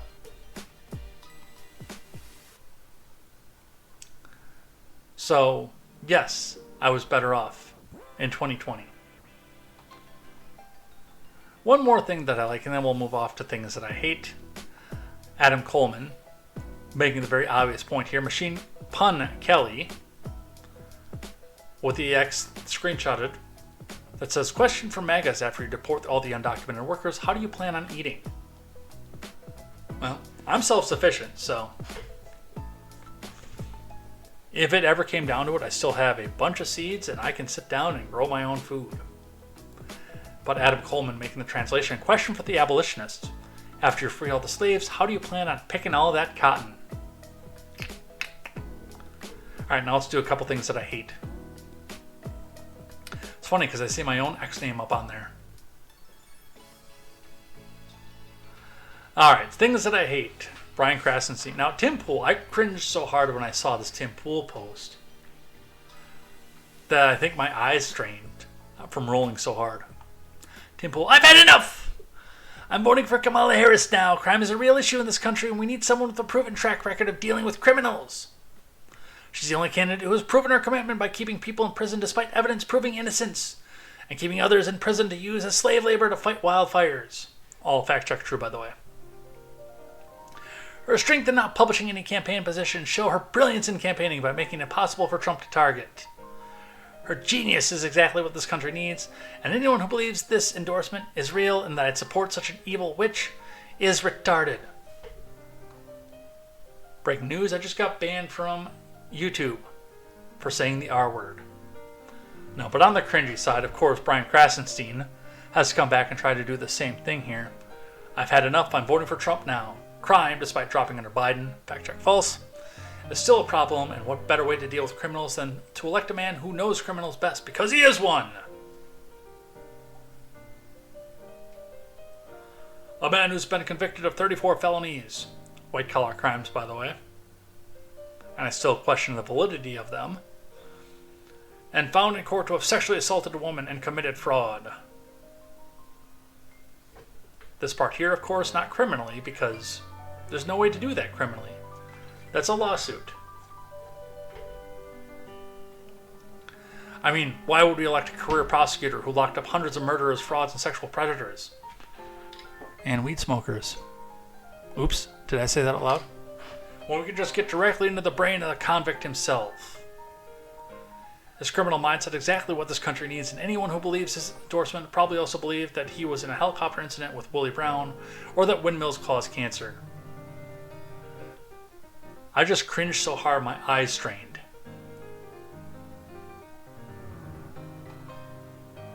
This is what passes for political discourse right now, and I'm not giving Tim any favors on this either, because that was just as bad.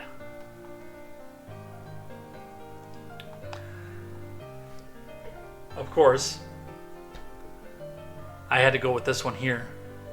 Leha Greenseed, PhD, says, if Harris Walz win, then I'll be governed here in St. Paul, Minnesota, by a female governor, because Walz would be, his running mate would pick up the governorship.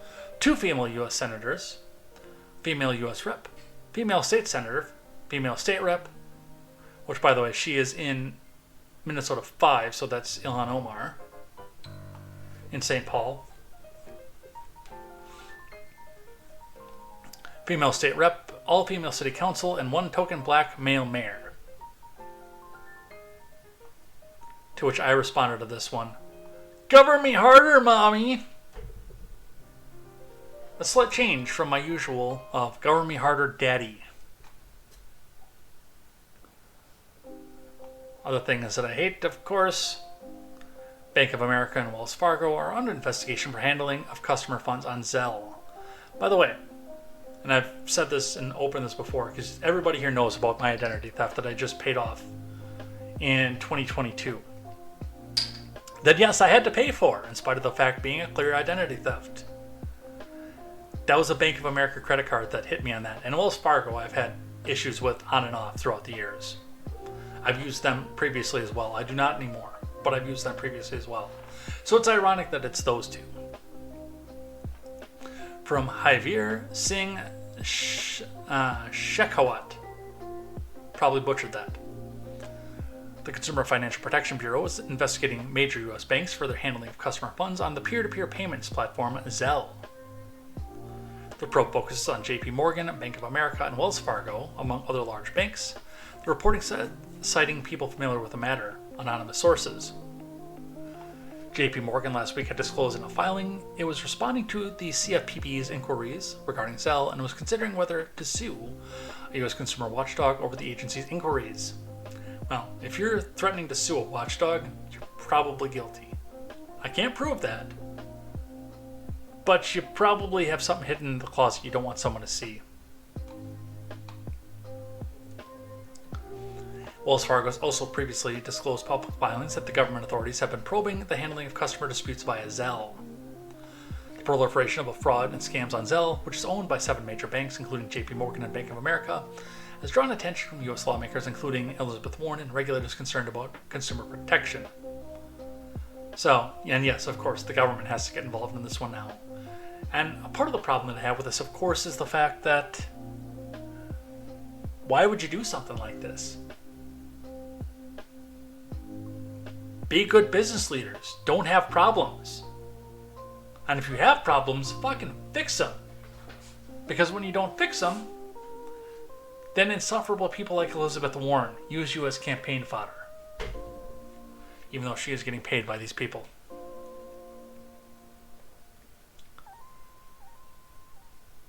You know people are watching. You know people are hurting right now. And watching where every penny goes. And the last thing that I hate today. Dr. Voxakuli, MD, says we're going to lose to Kamala because of these people, aren't we? This person being, of course, openly MAGA. But I also could see where he's coming from because KTZed, again, who blocked me long ago because I questioned the authenticity of the holy and sainted Marjorie Taylor Greene, has now turned on Rogan because Rogan says, in a very misguided fashion, that he's going to vote for RFK Jr. Not that I care because, you know, there's no celebrity out there who's going to change the way that I vote. And I wouldn't vote for a Kennedy even when I was a Democrat. But KTZed with the screenshot says, who is the gayest, low IQ, dumb, male blonde joke, political infant podcast in the world? And your only 2 choices on the poll were Joe Rogan. Because, hey, if somebody jumps off the Trump train, then they must be ostracized for it. And that little fucker tried to do that to me, too. Before he blocked me. I suggested that Marjorie Taylor Greene is a Democratic plant, because she acts like one. And then he got all of his followers to come out there and tell me, and tell the world that I was a Democrat. And then he blocked me. So, there's your political discourse right there. And yes, Voxakuli, you actually have if you want Trump to be elected, you actually have a worry there. Because yes, people like that are going to taint the election. Alright, that's it. I'm done.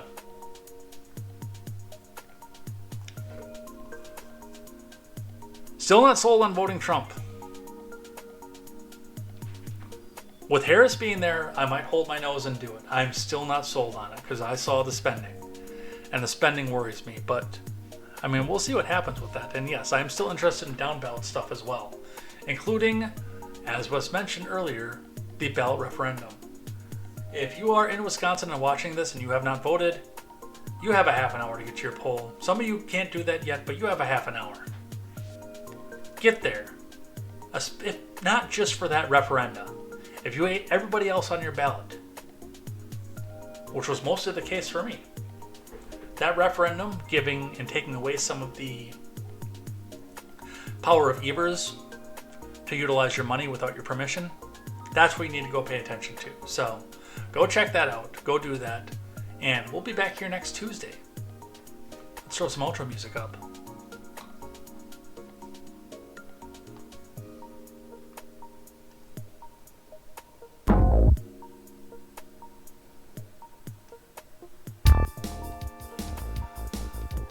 Alright, it's getting warm in here too, by the way.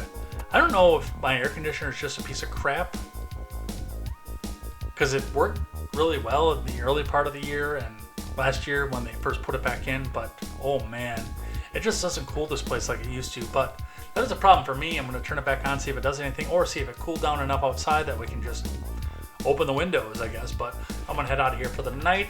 I'm going to get your audio platform up. I'm going to start the YouTube stream back up. And I'm going to be doing some play testing here as well to see if we can get started tomorrow on Mario RPG, or if we've got to wait until Thursday, which I'll spend all my time after work trying to make sure it works on.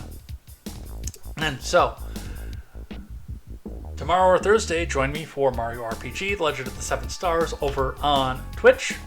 We'll be starting into that. It'll be the Switch version, the remaster. Very, very excited for that. Looking forward to that. Can't wait. Love this game since I was a kid, so looking forward to that. Otherwise, we'll be back here on Friday for Fallout Fridays, and back here next Tuesday for more news, more headlines, and more contemporary. Hopefully we'll get the Taylor Swift stuff on here if there's any major development that'll bring it back relevant, especially, and looking forward to seeing you then.